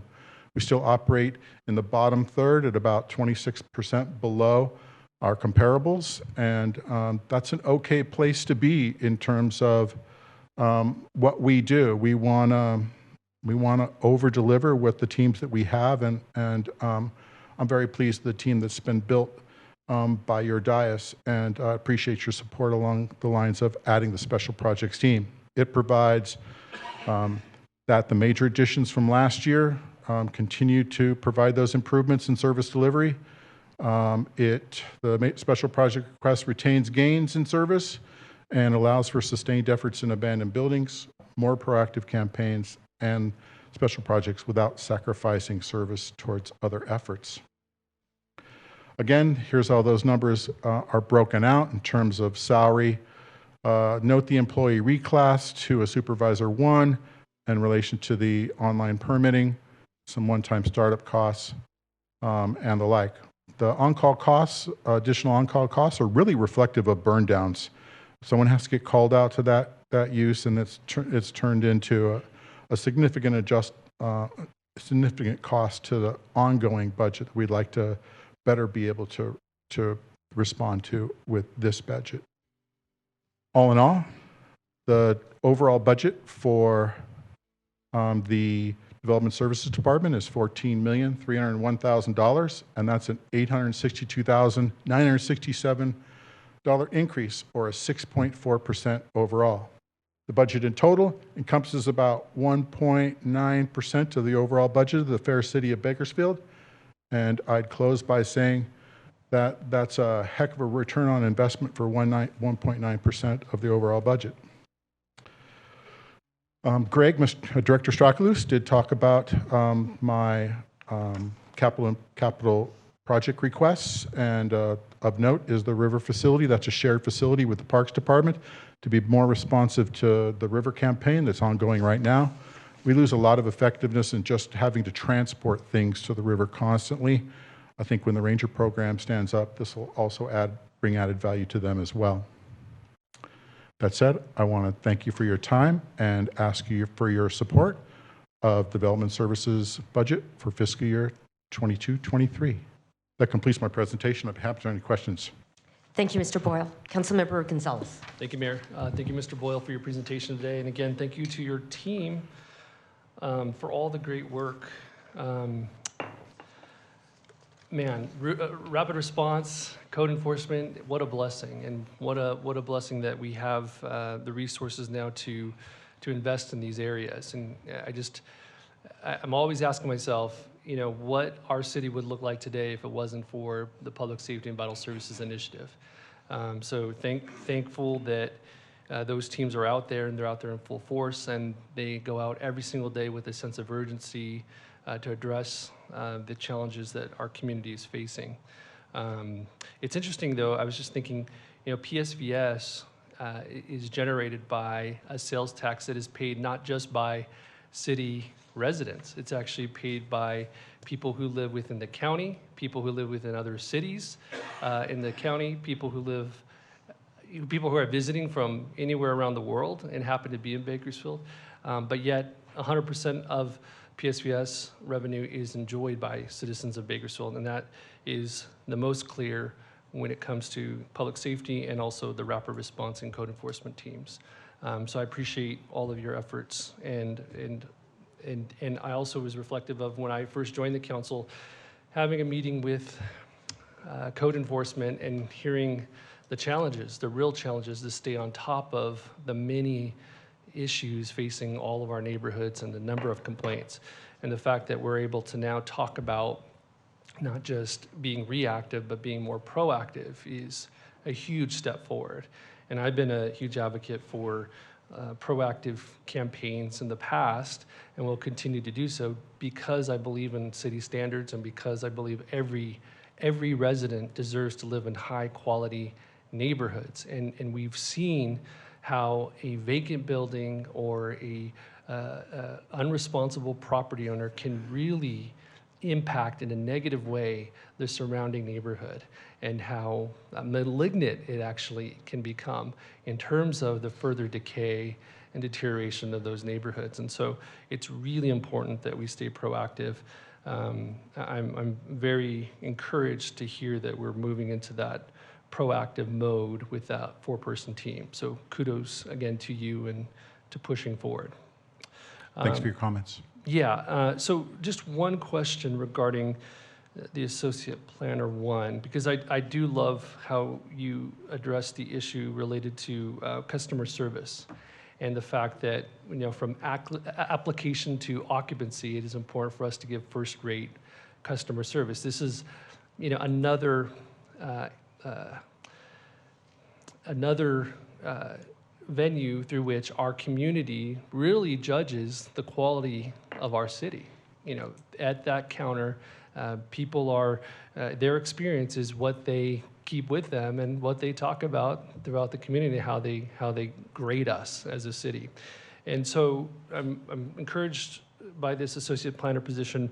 My question specifically is, though, how does this, and how will this position or this approach interface with ECD's business success teams?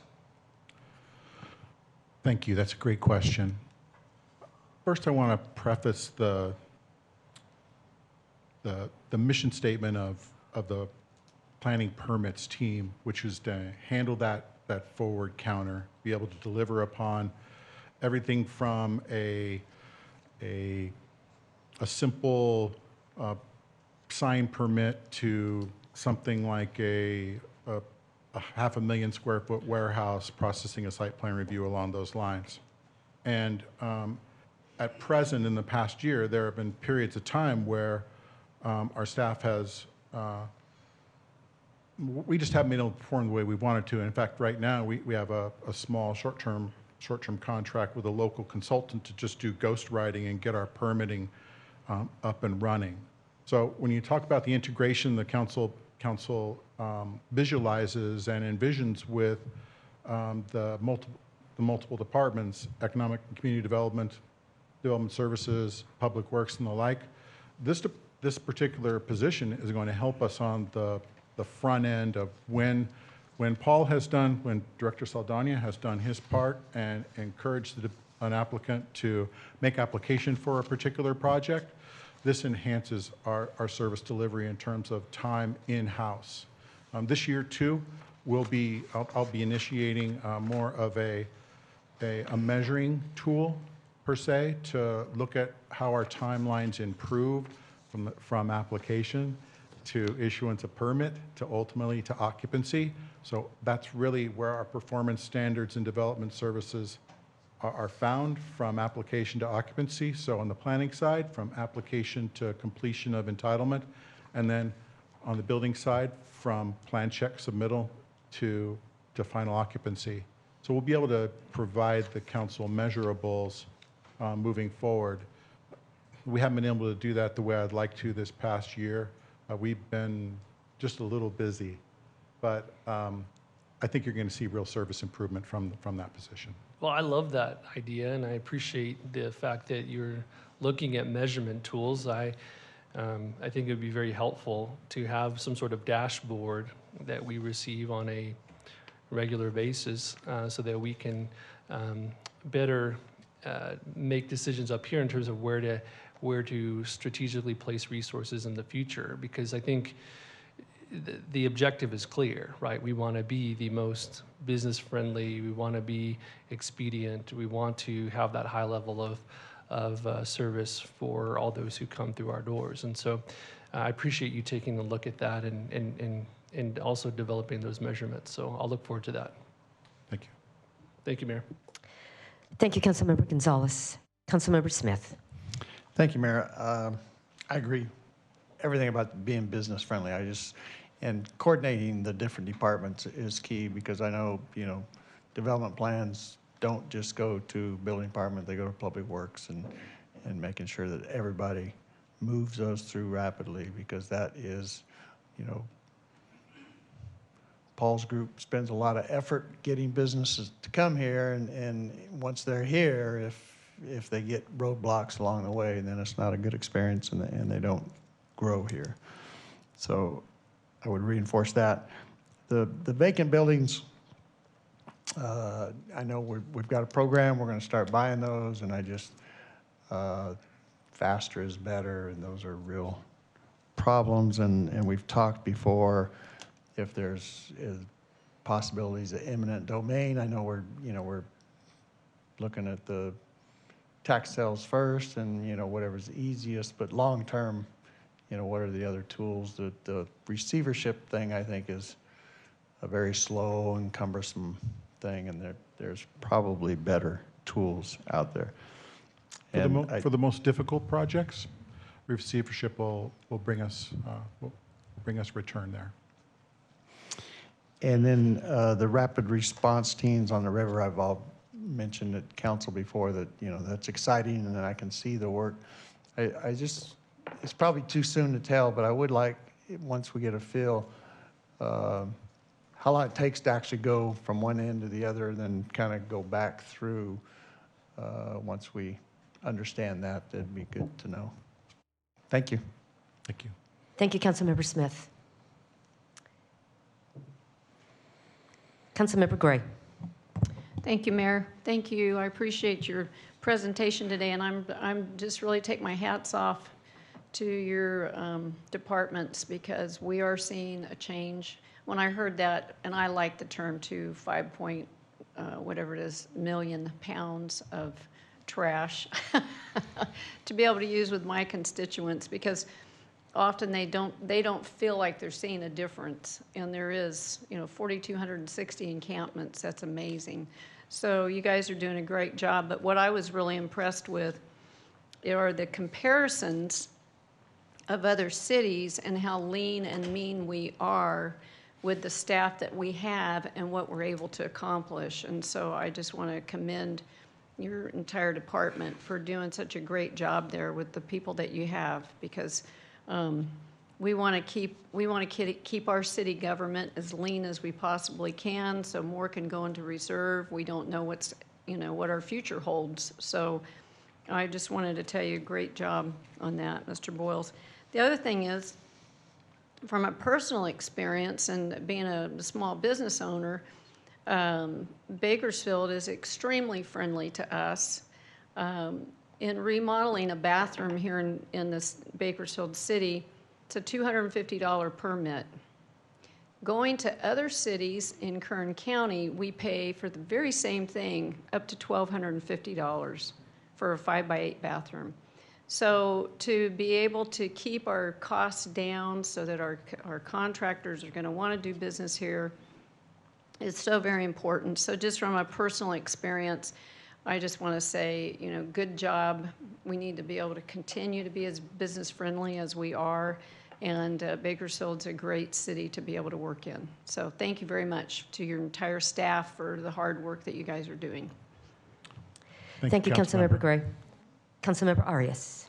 Thank you, Mayor. Thank you, Chris, so much for your presentation.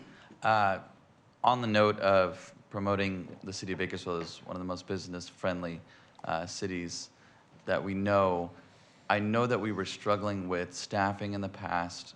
Can you help elaborate and provide an update on where we are? I know we've made some critical recent hires, specifically in the planning department, which I'm really excited about. But how is overall development services doing?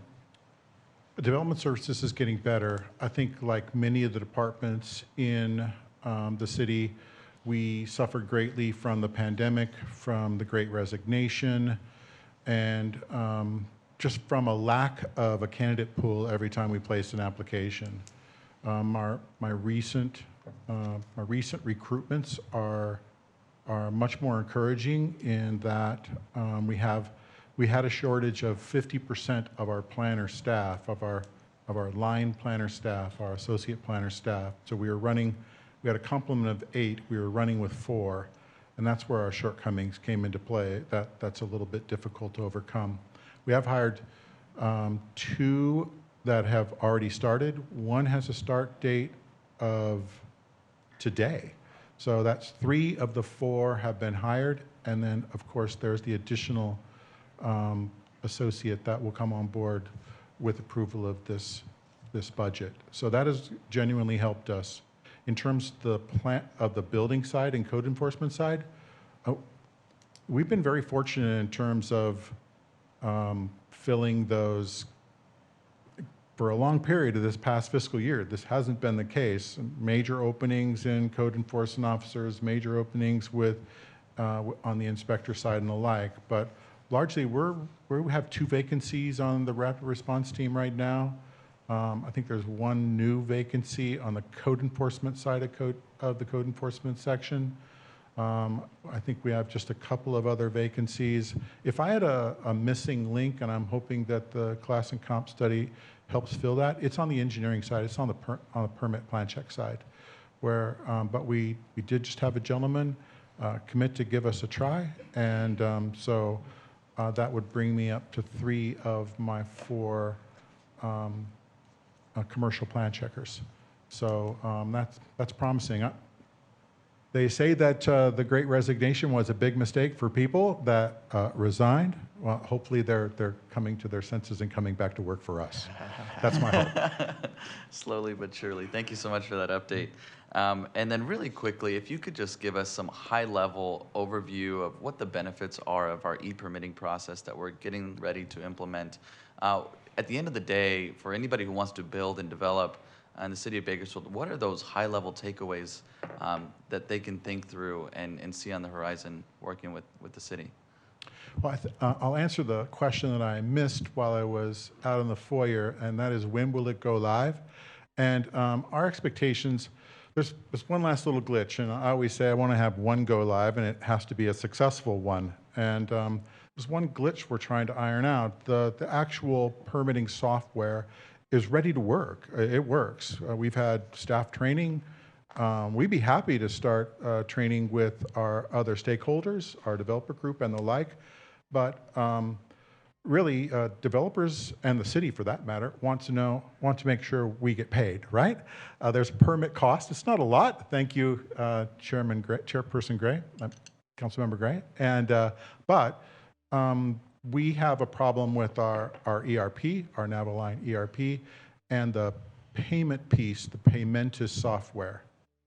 Those 2 aren't talking well, and so we've been waiting for those vendors to come together solve that piece so that the three pieces of the puzzle are tied together.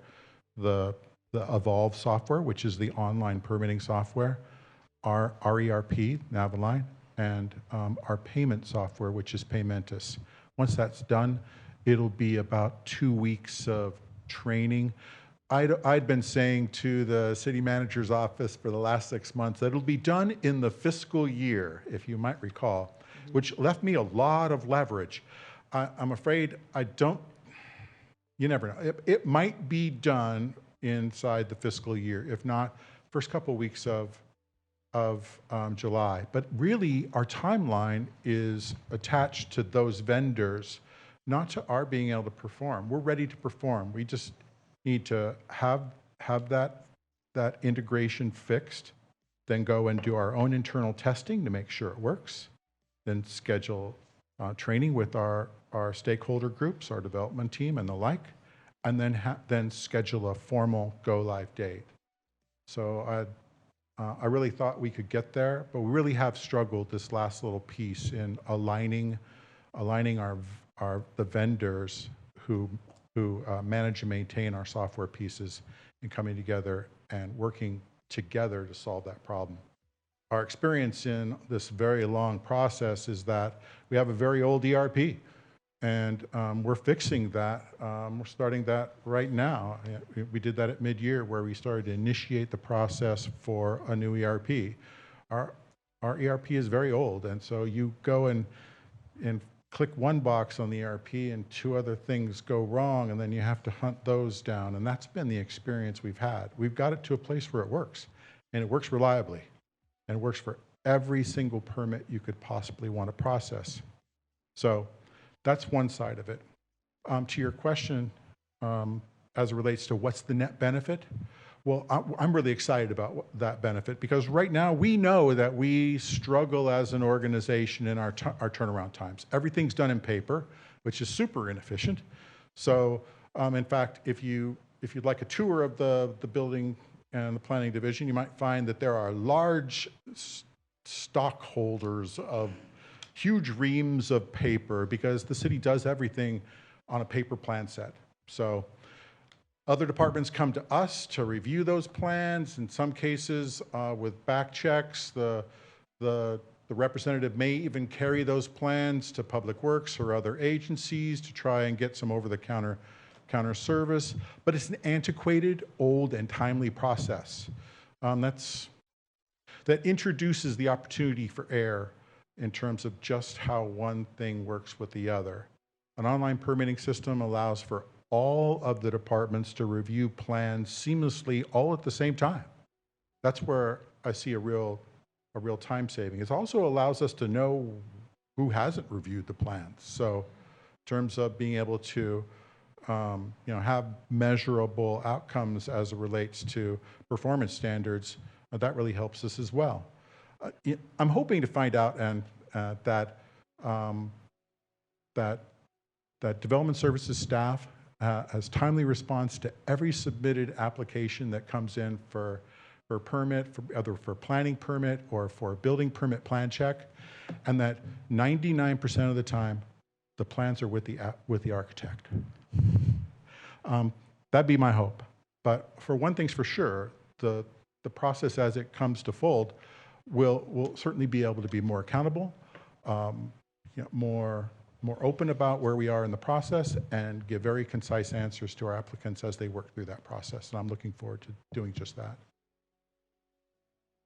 Thank you, Councilmember Arias. Well, Mr. Boyle, thank you to you and your team for a tremendous amount of work. Of the 14,526 building permits that come through, a very small percentage end up in my office. But that very small number, people are either crying or screaming at me. And so I'm wondering what we can do to help people who maybe haven't had as much experience in the process understand a little bit more on the front end to help prepare them. So the kinds of things I hear is, I did this, then they told me to do this. And it's that type of frustration, sometimes coordinating with fire and all the different groups that you coordinate with. And I know that you do, much of what you do goes well. But there are some people maybe who need more hand-holding on the front end through that process. So whatever we can do to maybe accommodate those persons better, so we don't end up with that degree of frustration at the end, I think that would be very helpful. I know that you've probably heard this before, but we really appreciate what you're doing, and much of what you do goes well. Let's see whether we can attend to some of those that need a little bit more guidance on the front end. But what they feel like is that they haven't been told something on the front end. So whatever we can do to maybe improve that communication. But thank you to all of you. I know it's a tremendous amount of work. And on your presentation, those call-outs are really helpful. So for other department heads who are here, good job on those little red call-outs to enable us to see what you really want us to focus on. And I think that comparison with the other cities, which fire department has been doing for a long time, those are really helpful too. Thank you very much. Thank you, Madam Mayor. Mr. Clegg. Yeah, Mayor and Council, our next presentation will be for our Economic and Community Development Department, Director Paul Saldana.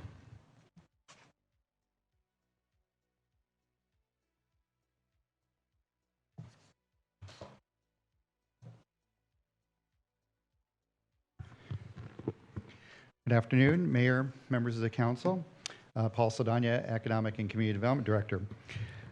350 days ago, I had the honor to join the team here at the City of Bakersfield. Your Council had just approved the current budget that we're operating under, and it included an anticipation of several opportunities that we would face as a new and growing department, including the hiring and onboarding of professional staff, the move from the maze of offices that we occupied over at Development Services over to our new home in City Hall North. Establishing the new department while developing the city's first economic development strategic plan and creating the affordable housing strategy and implementing new and innovative programs is like building a plane while flying it. And here we are airborne, with the foundational systems in place to keep us in the air and maintain our relative speed. Now, I will offer to you that we're not quite at the altitude we'd like to be, but we have what aeronautical or aviation term called CAVU, which is Ceiling and Visibility Unlimited. We have an ideal flying condition of clear visibility, and we have a ceiling of at least 10,000 feet. In plain terms, and the pun is intended, we have a wide open sky from which to navigate. So let me share some of those foundational mindsets that guide us along our journey. As I mentioned, when we accepted the Economic Development Week, we are focused on vision-focused, mission-driven, goal-oriented, and value-led. And the standards that shape our work include connecting government, business, and community to deliver measurable results. You'll hear us use terms like collective impact to describe these things. We solve problems based on our professional experience, our strategic thinking, and our entrepreneurial approach. You'll hear us talk about our solution-oriented approach to problem solving. We develop opportunities into projects and projects into economic impact. We create positive economic impact and prosperity that elevates the quality of life, and we inspire innovation that has a societal impact. So these are the tenets of the department and the foundation of our work. And that foundation of our work starts with our budget. For fiscal 22-23, we are proposing a $26.3 million budget and a $1.25 million capital improvement budget. While this will reflect as a reduction of our current year amended budget, we plan to carry forward a number of unexpended funds as some of our projects and programs have not been fully operational. Again, we're still building the plane. This budget represents the full absorption of Visit Bakersfield and Mechanics Bank Arena into the operations for the ECD department. Our staffing complement is 30, and our budget does not propose any additions to the current staffing level. Rather than dividing our work into operating divisions or silos, we're taking a different approach, and that is a goal-oriented approach. So you'll see here that our work is really divided into the 6 of the 8 council goals for which serve as the base of our work. Over the next few minutes, I'll share some of the highlights of both our current year work program, our projected work, including highlighting some of our one-time and ongoing budget changes for the department. The first area is addressing homelessness. This is an area that the council is very much aware and familiar with the work that we do in addressing homelessness. This past year, we've been able to leverage the investment to receive $13 million in federal and state funding that leverages your investments in homeless services. The BLNC remains at capacity, and year to date, we've placed 59 individuals in permanent housing. This is part of the overall 300 plus that have been placed into permanent housing by different support that the city has engaged in with other shelters. Your investments have helped 103 individuals that work through the BHC program, jobs program. The ongoing investments of $16.7 million in affordable housing has leveraged $110 million in private funds, creating 372 new units and 80 rehab units. We have higher expectations for next year. The expansion of the BLNC will add to our bed capacity, but it will also necessitate $1.8 million in ongoing operational costs that we have included in our PSVS budget.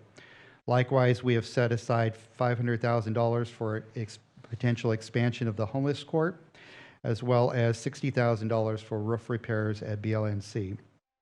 We anticipate continuing programs to address both homeless services and prevention, and look forward to deploying $29 million in new affordable housing investments.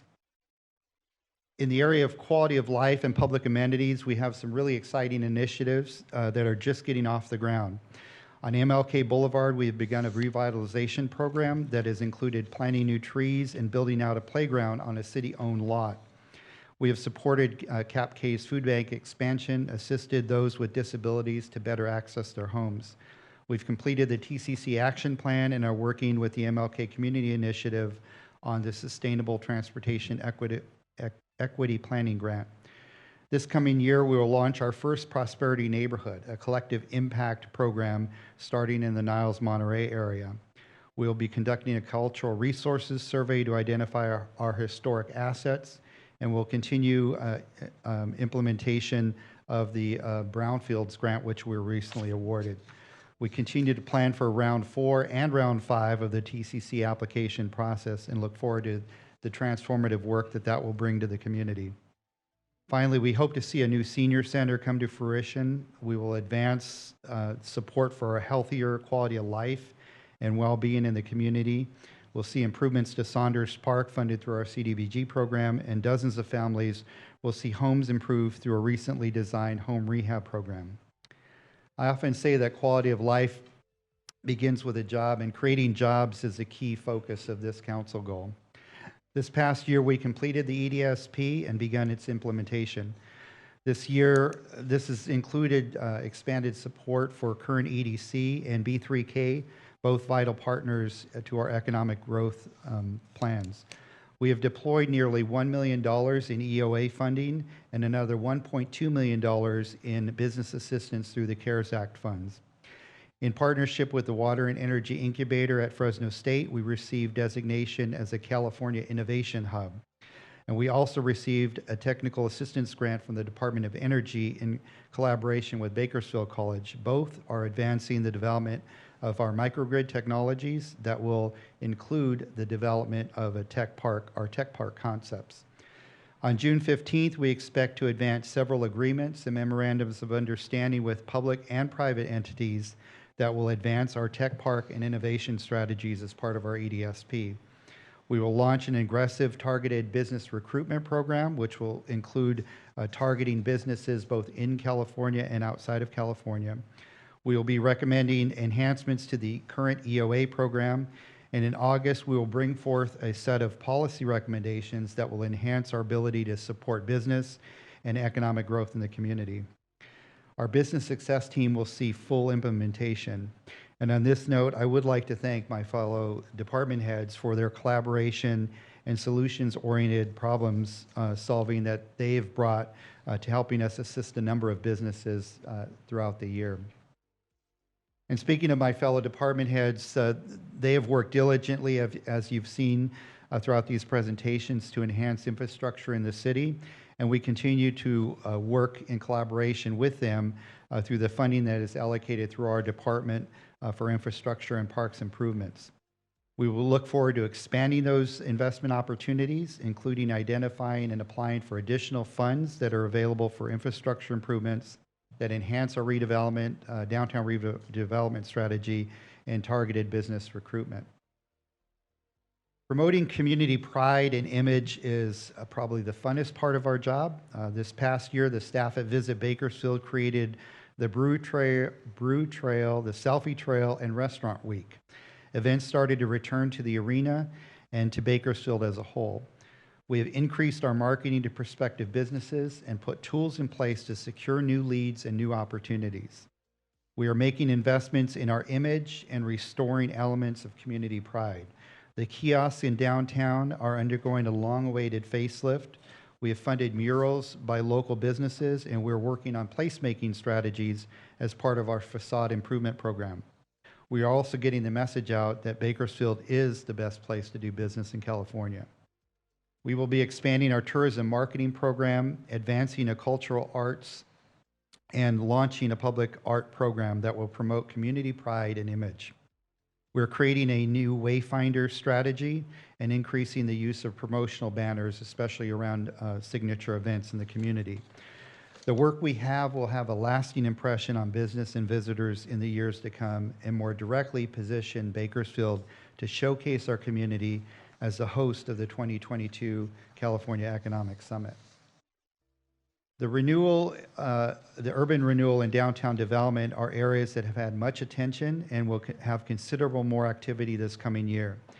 While we wait for development proposals for properties like Sumner Station, we are actively engaged in working with property owners to remove blighted buildings and make way for new development. As we're gathered here this afternoon, the sound of something better is actually taking place here in downtown as the former Greyhound building began its demolition this week. This will be one of many mixed-use projects in the downtown area, which will also include advancing a proposal for the development of the PQ property and assisting in reinventing retail in targeted areas throughout the city. We have launched a housing needs analysis of downtown to further the council's goals of 10,000 residents, which will also help inform the housing element and serve as the foundation for our downtown development strategy. Finally, the long-awaited Mills Act ordinance will be advanced to council to make way for further opportunities to continue our redevelopment activities. So Albert Einstein said that you can't solve a problem on the same level that it was created, that you have to rise above it to the next level. And rise we will. As businesses face new opportunities of operating in a global economy, as our residents face new prospects for better jobs and an improved quality of life, it is incumbent on us to ensure that our plane continues to reach new altitudes. We will continue to connect, to solve, to develop, create, and inspire these opportunities and prospects, not only to create the best place to do business in California, but the best place to live and to visit. So with that, I do want to thank the Mayor and Council for your ongoing support for our work and providing the resources necessary for us to transform our city and provide hope in a future for our residents and our businesses. Thank you to the city manager for the invitation to be part of this great management team that I've had the pleasure to work with over this last year. And as you can see, at least on this side of the room, several of the employees from the Economic and Community Development Department who are here, and just their dedication to the transformative work that we've been doing, their solutions-oriented problem solving, advancing collective impact. This is what's going to help ensure that our plane continues to fly while we're building it. I'll be pleased to receive your comments and answer your questions. Thank you, Mr. Saldana. Councilmember Gonzalez. Thank you, Mayor. Thank you, Mr. Saldana, for the presentation. Thank you to your team for the work that they're doing. This is a lot of exciting stuff happening that'll benefit the future of our city. over the next 5, 10, 15, 20 years. And I appreciate all the work you're doing and the collaboration. I've enjoyed working with you and your team over the last year. My first question is regarding urban renewal and downtown development. From my perspective, it all starts with housing. And if we densify the downtown core, if we have more people living downtown, that supports lots of other things. It supports more restaurants, cafes, bars, entertainment, simply because there are more people in that central area. The council has established a goal last, 4 years ago, 5 years ago now, to double the population of downtown. That's 10,000 residents within the downtown core by 2030. So I did a little math. 5,000 people, if we assume 1.5 people per unit, that's, and if we had started about a year and a half ago, that's about 3,333 units, and 333 units per year. My question is, what are our measurable objectives to get to that goal? How are we thinking about concretely densifying the downtown core and adding more housing units, market rate housing units? And thank you, Councilmember Gonzalez, for the question. We actually have engaged the consultant that has helped us develop the affordable housing strategy, and we've asked them to look at the entire downtown area and do an analysis of both the current capacity for residential development based on current development standards, as well as look as what could be done, what recommendations could be developed in order to achieve that 10,000 goal by 2030. And so with that information, we will actually be able to look at policy choices and decisions that are necessary to get us to that goal. So we think that by doing this analysis, which would be completed in about the next 90 days, that we'll be able to start to ramp that process up. Any idea of how many units we've developed over the last year and a half? I don't have that information currently. I can defer to Mr. Cater if he's got any information, but we can get that as a follow-up. Okay. Similar to what we talked about earlier, some sort of a dashboard I think would be helpful that we can have an annual basis, just a quick summary of how many units we've developed and how we are on track to meeting that goal by 2030. The years are flying by.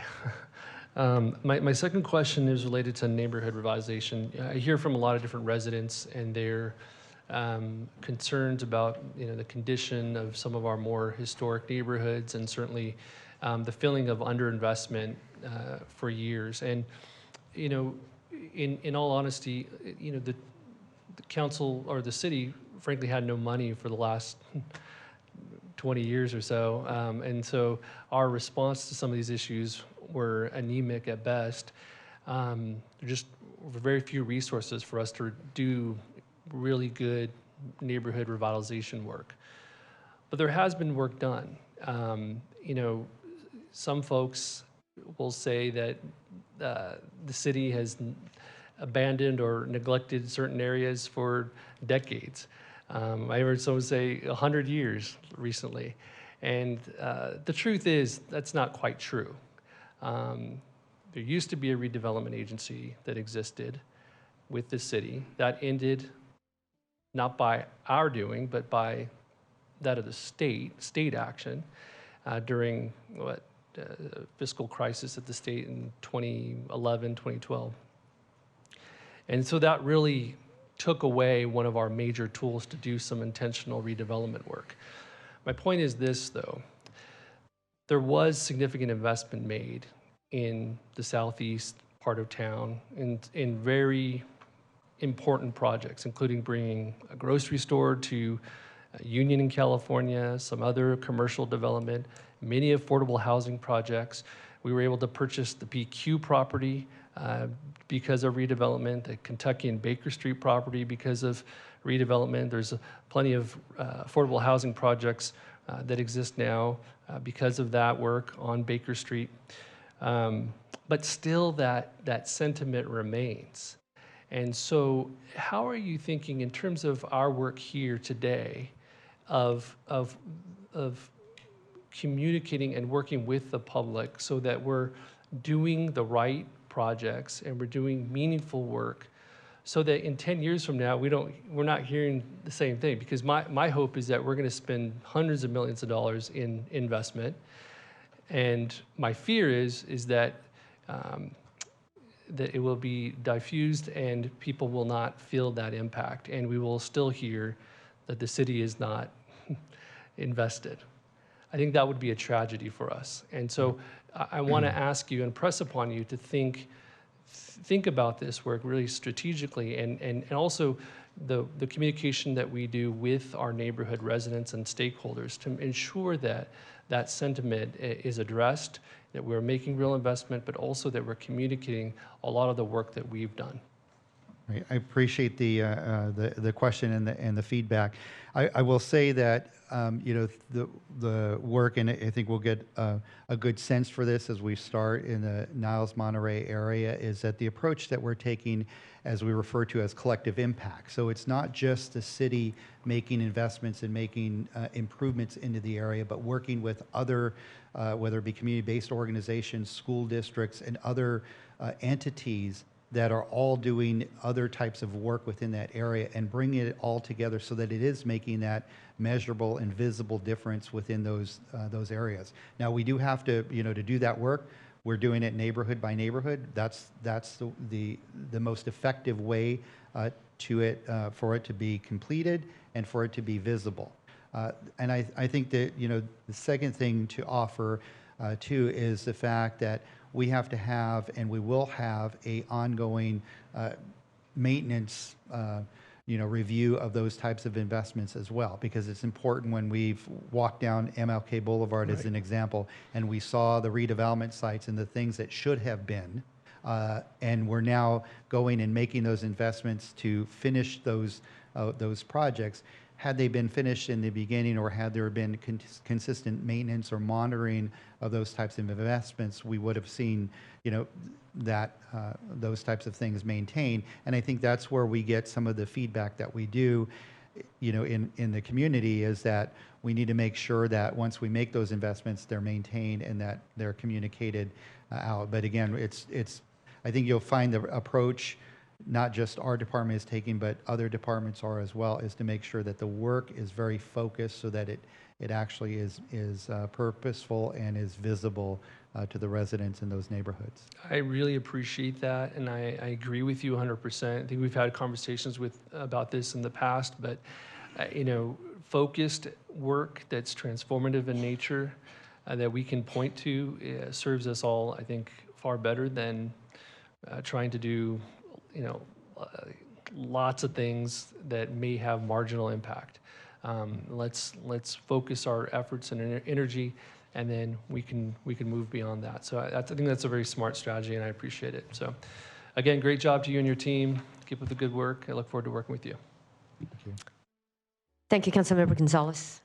I don't see any other requests to speak. Thank you, Mr. Saldana. Thank you. Mayor and Council, our final presentation this afternoon will be for Recreation and Parks, and Director Rick Anthony.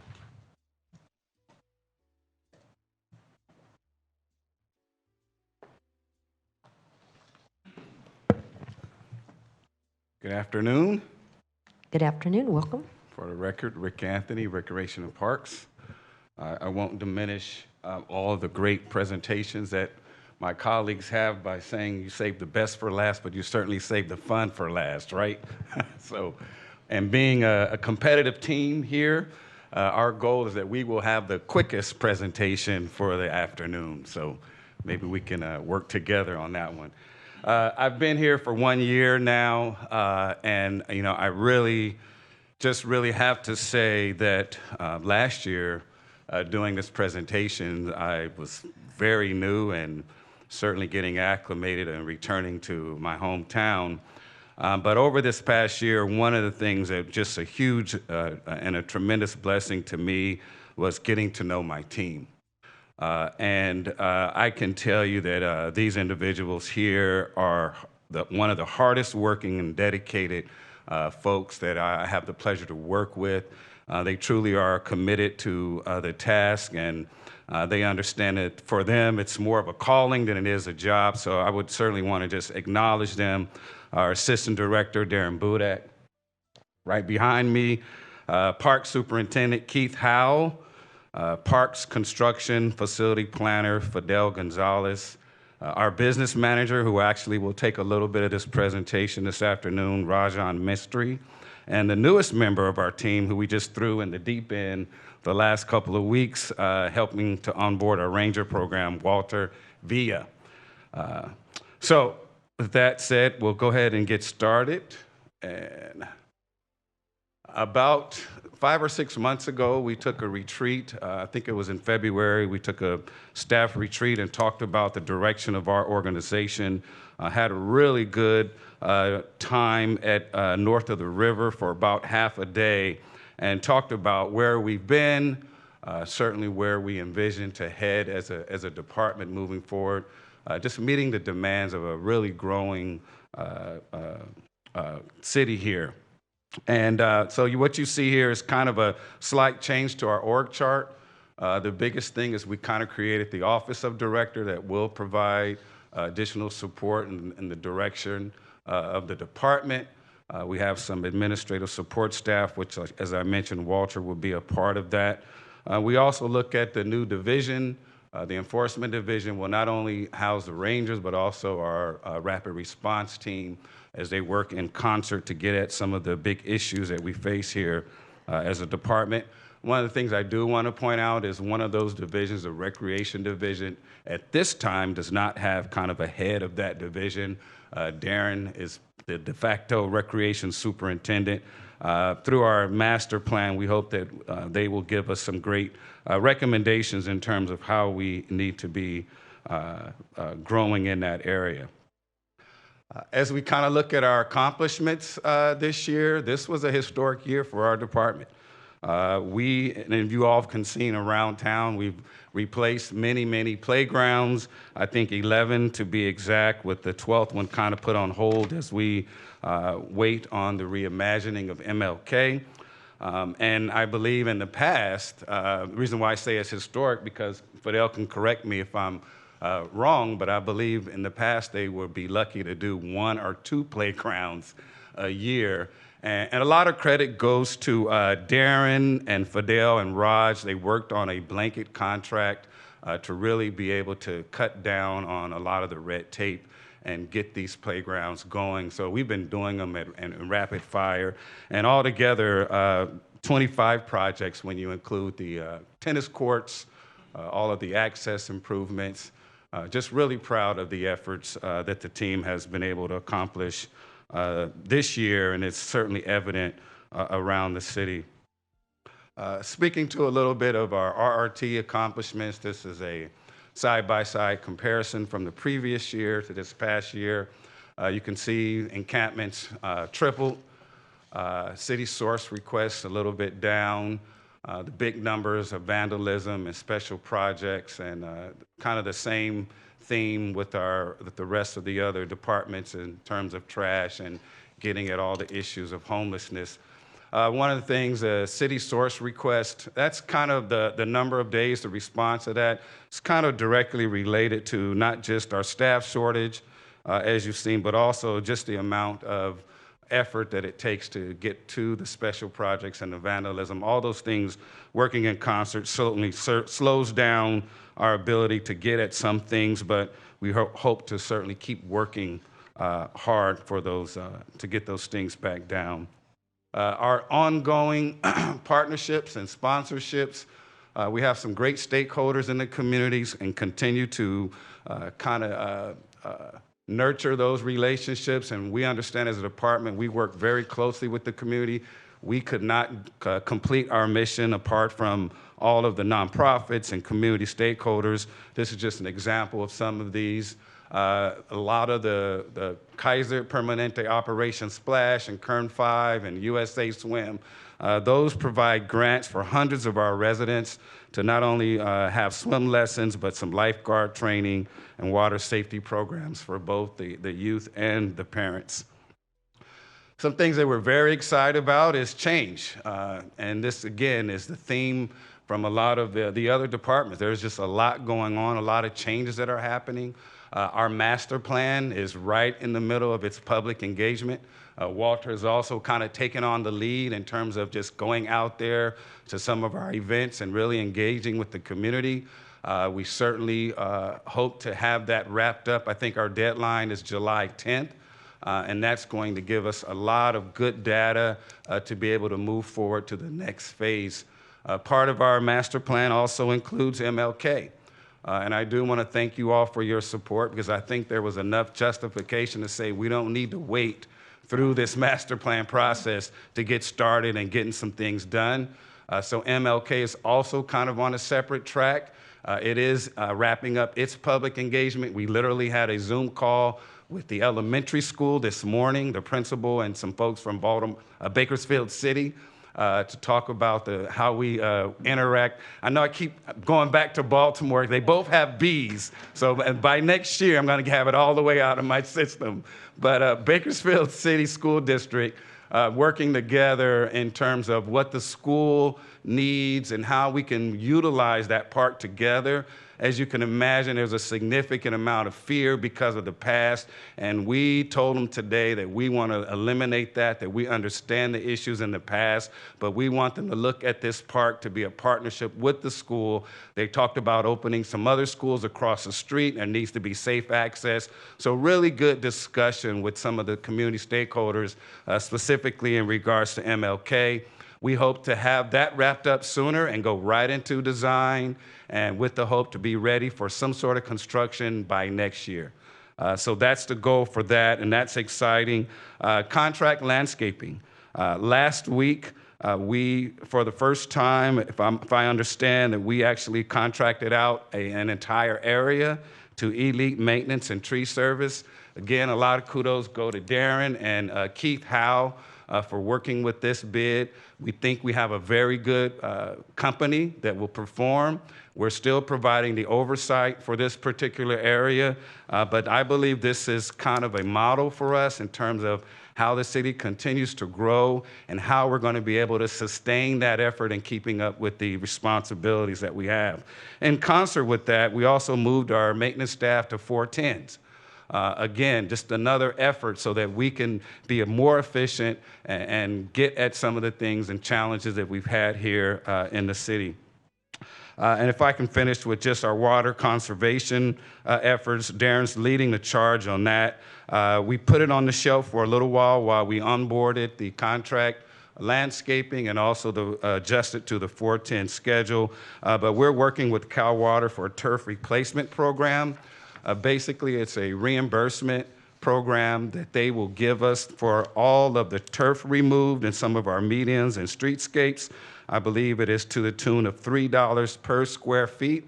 We've already been approved for phase one, which is about $206,000 that we will be reimbursed for taking out this much area for us, which will result in about 41,000 gallons of water saved.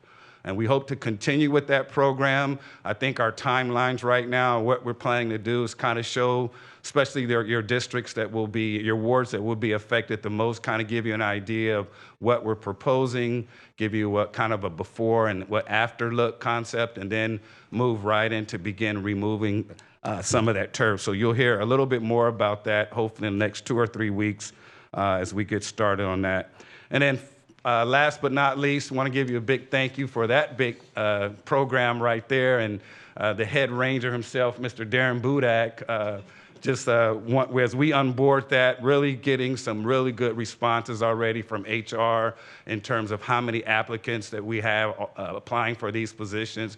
I really believe we found the right fit, and we're going to have a quality program and work hard to make you proud for supporting that. With that, I want to turn it over to Rajan Mistry as he kind of talks about our proposed budget.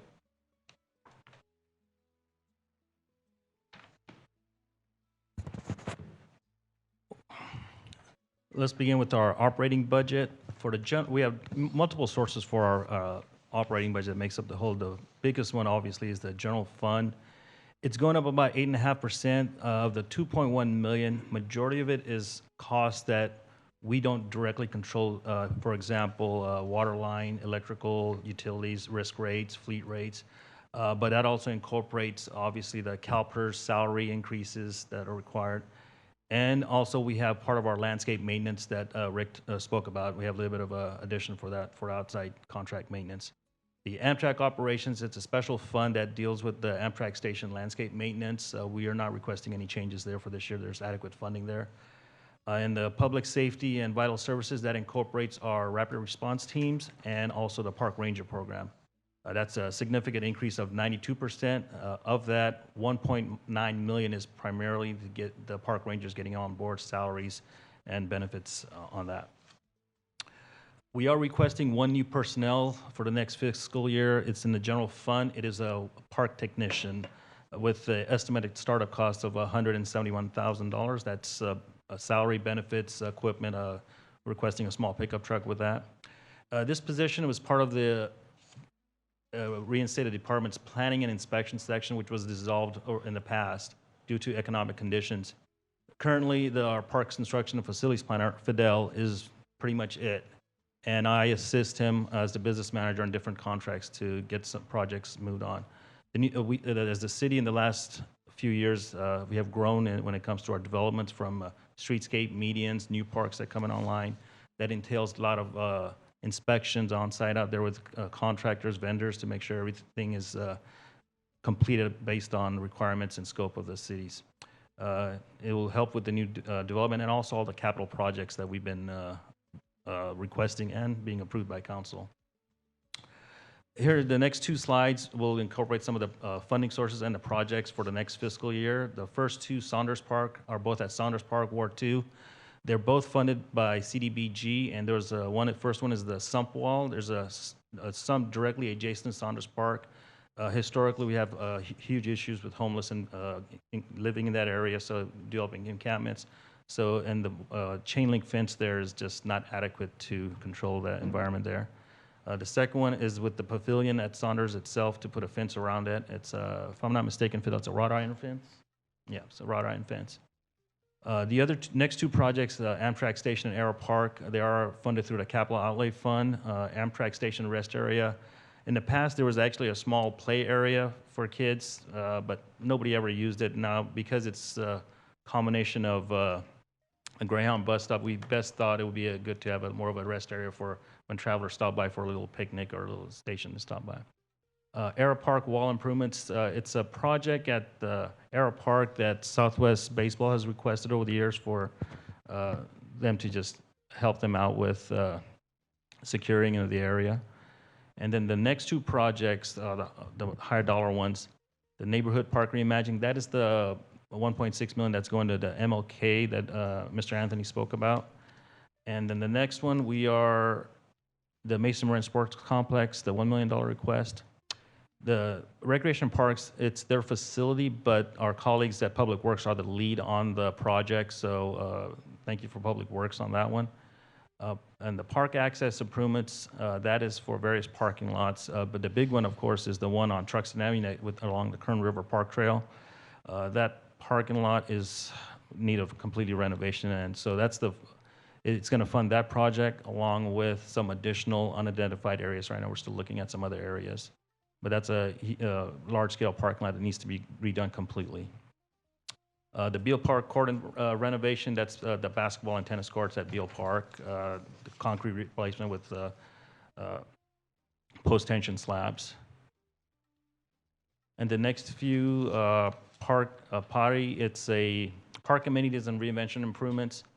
It's a project for various requests, whether it's like shade structures or replacing picnics. We are replacing playgrounds, but then if you look at next to the playgrounds, there's benches or some other amenity to the park that's completely outdated, and that's why that project was proposed to help maybe upgrade some of the other amenities at various parks around town. We have two playgrounds next year, Granite Point and Campus Park, for the playground rehabilitations on them. Then the Sister City garden fencing, that's when we're going to go put in some wrought iron fences to secure the area to more of a contained environment so the homeless don't get involved, and we could be use it more for, the public could use it as a rental space or something, a possibility. And then Plants Park, that's a basketball court rehabilitation. And then the Stern and Jefferson restroom, there are prefab units similar to Beal Park that's coming into play. Those bathrooms are historically really old at Jefferson, and at Stern Park, it's actually a brand new construction. It's a request of the local, what is that committee called? The Greenfield Walking Group. They would like to have a restroom in that facility. And finally, we have a fence for the Jefferson Pool, where historically during the summer months when water gets out, when the fence is closed, people tear the fence up, climb into the pool, and it actually turns into a safety issue also, and along with trying to secure a place. That's an issue on that. Overall, it's 16 projects with the various funding source, total of $8,010,000 for the next fiscal year in the CIP program. Oops. Questions?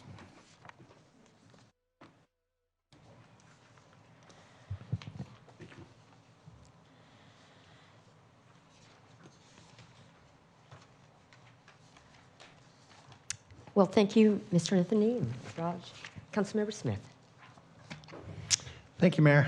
A couple questions. The Era Park wall, exactly what is that? I believe it was requested from Southwest Baseball Organization, and I mean, Fidel will have some more details for that. Yep. That was a request by the Baseball League. What happens is in one of their fields, they have some extreme slopes, and in order to soften the slopes, we have to extend one of the retaining walls out, so that way we could soften the slope, because I think they've had some incidents where people kind of roll down the Okay, hill I and got you. create some injuries. Because so. they have existing retaining walls. On a Yeah, couple and it'll of stop, diamonds. but then the So extreme it's gonna be slopes more. will kind of continue into the field. But so this is by carrying, extending that retaining wall further out so that it softens the slope so it's not so extreme. Okay. Yeah. Appreciate that. Appreciate the parking lot on Truxton Avenue. There was two of them there. Or does Parks include both of those, or? Yeah. Correct. Okay.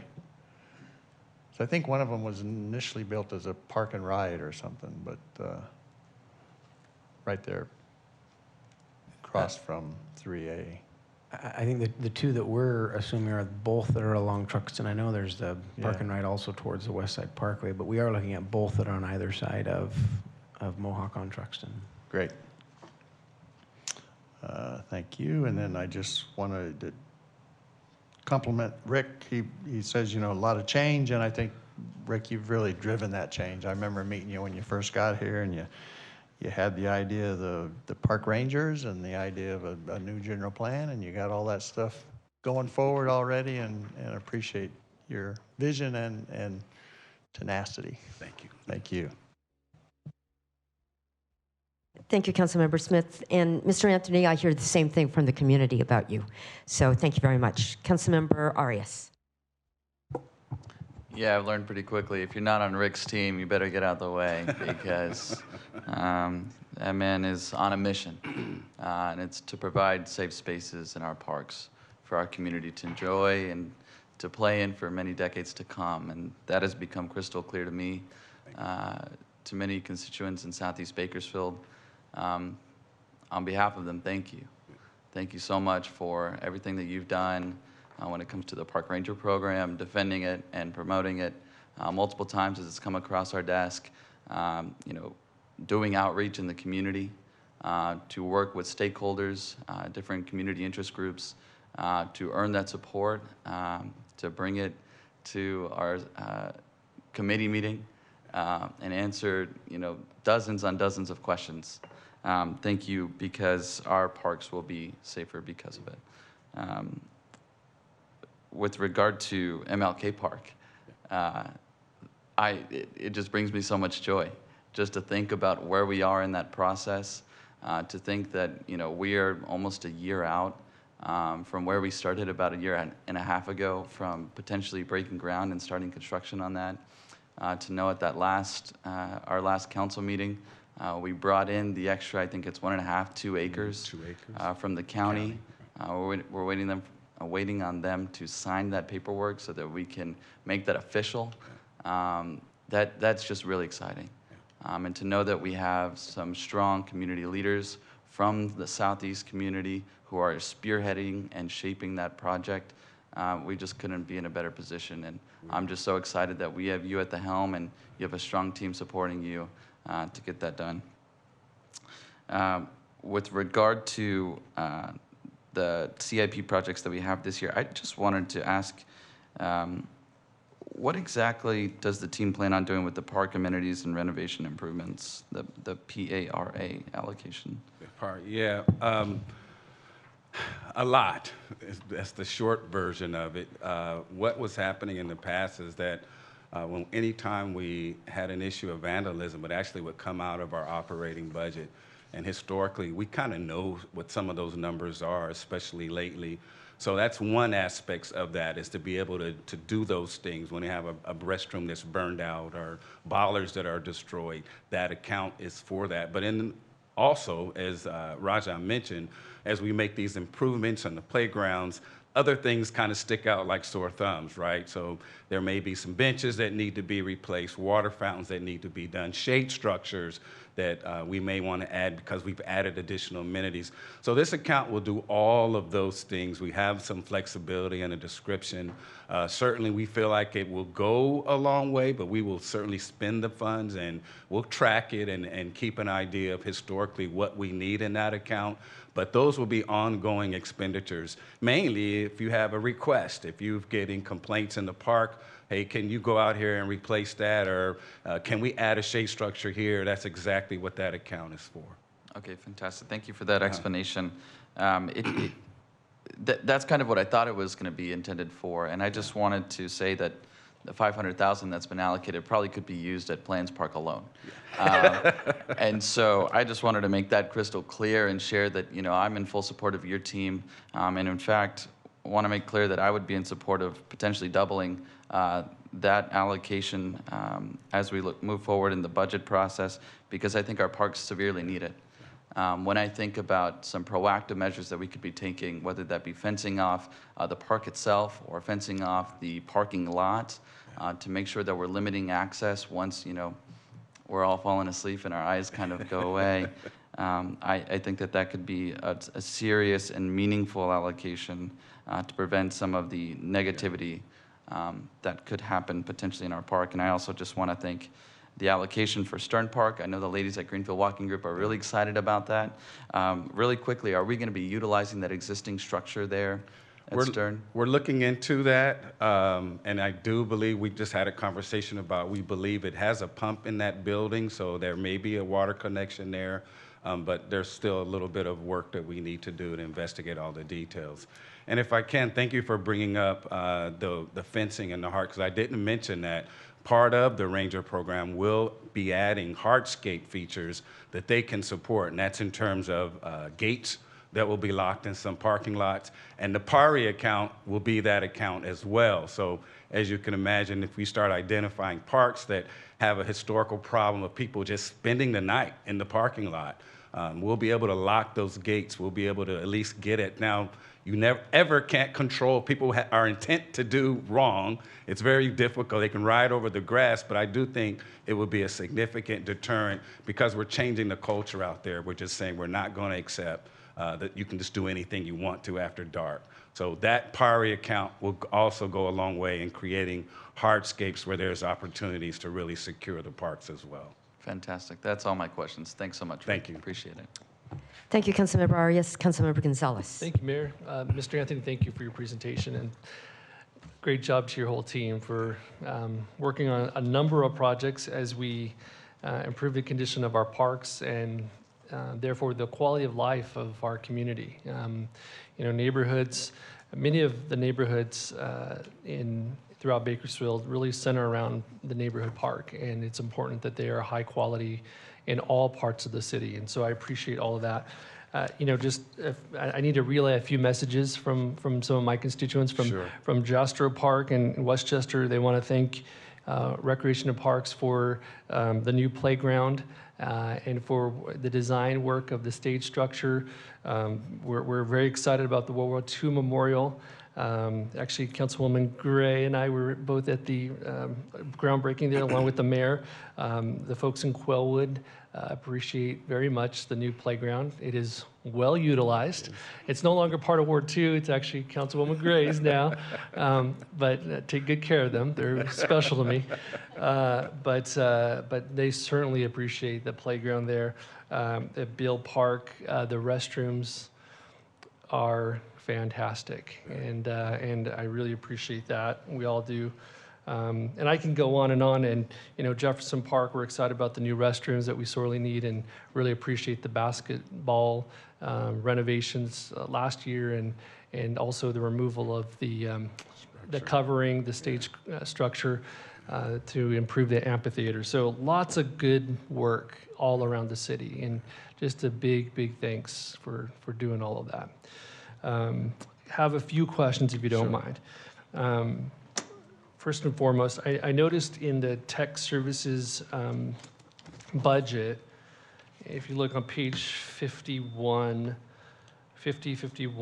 of our budget, park security cameras, there's a $200,000 allocation, and they listed out a number of parks. I wondered if there was room for us to include Beal Park. And the reason why I mentioned that is because of that $500,000 investment in the new restrooms within Beal Park. It's really important for us to protect our assets. And I think it's important that we include that in this budget. And so Mr. Clegg, is there a possibility for us to include additional security cameras for that particular park? Thanks, Councilmember and Mayor and Council. I think, is it possible? Yes. Actually, I would say we don't know exactly how far those dollars are going to go yet, admittedly. Actually, this week, Chief Terry is going to be sitting down with staff from a number of departments to look at some of the technologies we've been piloting in this last year and understanding what things have worked well. We want to leverage some of the investment and knowledge base that we've already built with some of those tools. And in as much as we want to be flexible to have the best tool for the location, because there's, it's a little different in let's say a park environment than say in a more urban environment like downtown. We've deployed some cameras, but wanting to take a look at that and see if one service provider could serve the multiple needs, so we have a streamlined system, and then have a little bit better of an understanding of how much those dollars will stretch across the many different parks. Although I will say we anticipate doing an annual allocation like this every year because we expect we're going to need to grow that system out further and further. But we'll see if there's enough dollars to extend into an additional park per this consideration. And then I would just tie a quick connection since we're on this topic. We're also trying to maximize the technology with some of the software that's behind the scenes, some of the software that we've put into the budget for the police department to be able to use advanced artificial intelligence to scan through those. We think that if we use consistent systems, we can actually leverage that same technology to these other cameras or other areas like our parks. So we're looking at each of those pieces. I know that's a long answer, but we'll see if we can extend those dollars a little bit further. Great, thank you. I appreciate all the effort. I think my point is one of prioritization, and I would just continue to make the case that, as we look at what parks should be first, I would encourage us to look at those investments that we're making, those significant assets that we've built, to ensure that they're well preserved or preserved as best as possible. And I know the impacts that restrooms, experience, and the nature of the condition of our community, and some of those things that we have no control over. I think that the more that we can protect against that, the better we are. And so hope that we can do that in Bill. Wanted to ask you about the MLK Reimagining, because that's a really exciting project, and I appreciate all the work that's been being put in there. When we look at the second phase in terms of the design work, are we considering the community center as part of that scope, or is that a separate consideration? No, it actually is part of the scope. We did a building assessment already, so it is part of this initial scope. So in this next year, we're going to look at a design of the community center? We don't know how far we'll get in the specific design. It will be more, so yeah, the answer is yes, Okay. but it will be an ongoing process in terms of the details of that. We hope that MIG was the one that gave us a roundabout idea of what they thought that the design cost and construction documents would get us, but we'll know more as we continue to move on, as we continue to kind of firm up the picture, because we really don't know all that we're going to do on that site as of yet. And if I may add to that, I think this is a good opportunity as we're getting some early insight into community interest and community appetite for that site. We're going to come back to council with some of the bold ideas from the community, some of, I think, what we feel are really a huge return on investment, and use it as a catalyst for community revitalization for that entire area, as well as some of those that are just really good investments that are wise, and share that spectrum. The reason I wanted to jump in is just to prepare this council that some of those, I think, both really good opportunities as well as bold ideas may represent some bold investments as well. I would expect to see as a council some dollar figures that are notable. If we're going to build a new community center or completely revitalize that park, that is a significant investment. Sure. And so some of it will be based on coming back to council and then narrowing what the scope of the design is, and then once we've just determined how big we're going to go, then we've set aside more than $2 million to begin the design work amongst the different funding pots in this coming budget. We think that will be largely what we need, but we may need some additional allocation to complete the design work, but it will depend on what scope we decide as a city to go after. I think, so the short answer is yes, we'll be doing that, but the specific numbers we're going to have to hone in probably later in the fiscal year once we have all the feedback back and decide on the scope. Appreciate that. Well, I think it's important for us to go bold and to do something exceptional in that particular park for that particular neighborhood. I think we've all stated at some level the need to transform that neighborhood. And there's one surefire catalyst, but to have an inspirational, exceptional community center in that park. And that's something that I will look forward to working towards and championing over time as we continue. So thank you so much for all that work. Wanted to ask you just a couple more questions. I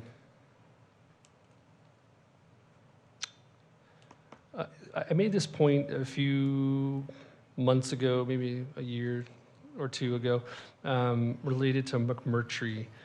So McMurtry was built using community development block grant funds. And so in my mind, that is, that's particular to qualified census tracts.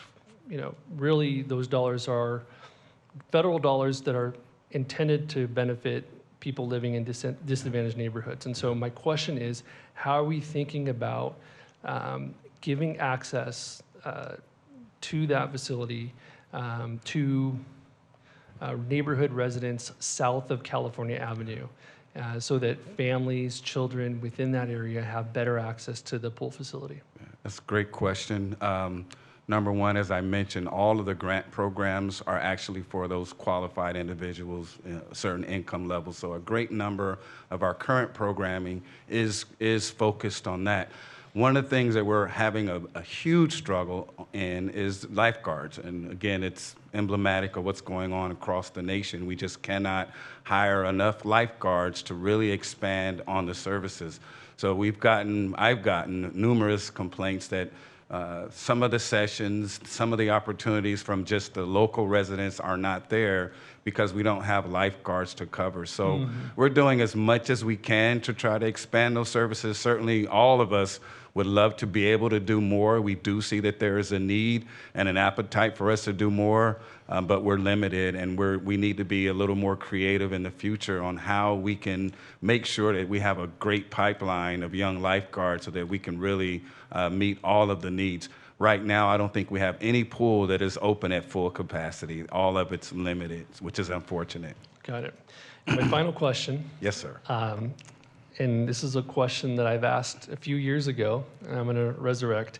It's related to reserving parks and park facilities. And it seems to me that we ought to have an online park reservation system where anyone can simply go online, book a facility pretty quickly. And this came up a few years ago because a friend of mine he's the CEO of a company. He was trying to have a company picnic and had to drive from the Southwest downtown to make the reservation and all that. And so I wondered, how are we thinking about an online system, reservation system? I know we piloted something a few years back, but I wanted to see what our thoughts were in terms of expanding that and fully implementing an online park reservation system. And we do have a system, howbeit it could be a lot better, a lot easier, and I think there are some processes that we require people to come in person that we need to work on, but I think Raj has a little more details in that. Mayor, council member, we do have an online system. It's through a lot of the neighborhood, not the neighborhood parks, but more the community parks. Mm-hmm. And what we found for our larger parks, say like Mesa Marin or Sports Village, if we allow them to make the reservation online, it kind of gets, what's the word I'm looking for? It's very difficult to monitor what the actual activity is that would impact the neighborhood. So a vast majority of the parks, they are able to make online reservations already as we speak, but there are certain neighborhood parks that, like say City in the Hills parks, there's no restroom facilities there. It's more designed for the neighborhood. Even that one I think is online, but there's some little bit of a control in place for certain of them. But we have expanded to, I think we're up to about 20 parks right now, but we're looking into expanding it to further parks as we go forward. But the system is available. It just needs to be expanded to other parks based on discretion of how the public will, would adjust to it. And there's a lot of times they call us and they want to make telephone reservations. We've made phone reservations for them now going forward, especially during the COVID times. But it is available right now for at least a third of the parks. Okay, thank you. Thank you, Mayor. That's it. Thank you, Councilmember Gonzalez, and thank you to all of you for the work that you do. Last night, after 9 o'clock, I saw people from your team cleaning up at Beale Park after the concert, so thank you very much. And then to Darren and Keith, a special thank you for your leadership in establishing the contracts for the maintenance with Elite, and we want to see more and more of that as it's appropriate. I don't see any other requests to speak, so Councilmember Smith. I would move to receive and file.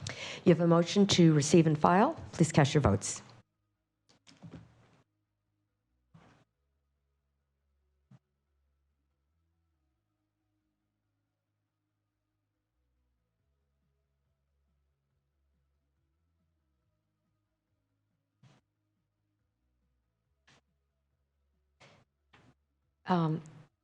It sounds like we're having some trouble, so let's just do a voice vote.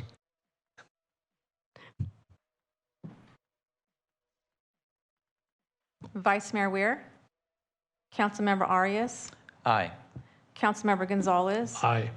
Councilmember Smith, Yes. Councilmember Freeman, Councilmember Gray, Yes. and Councilmember Parlier. Item was approved with Vice Mayor Weir, Councilmembers Freeman, and Councilmember Parlier absent. Thank you. And thank you to all of you for presenting and for all your hard work. We stand adjourned at 3:24.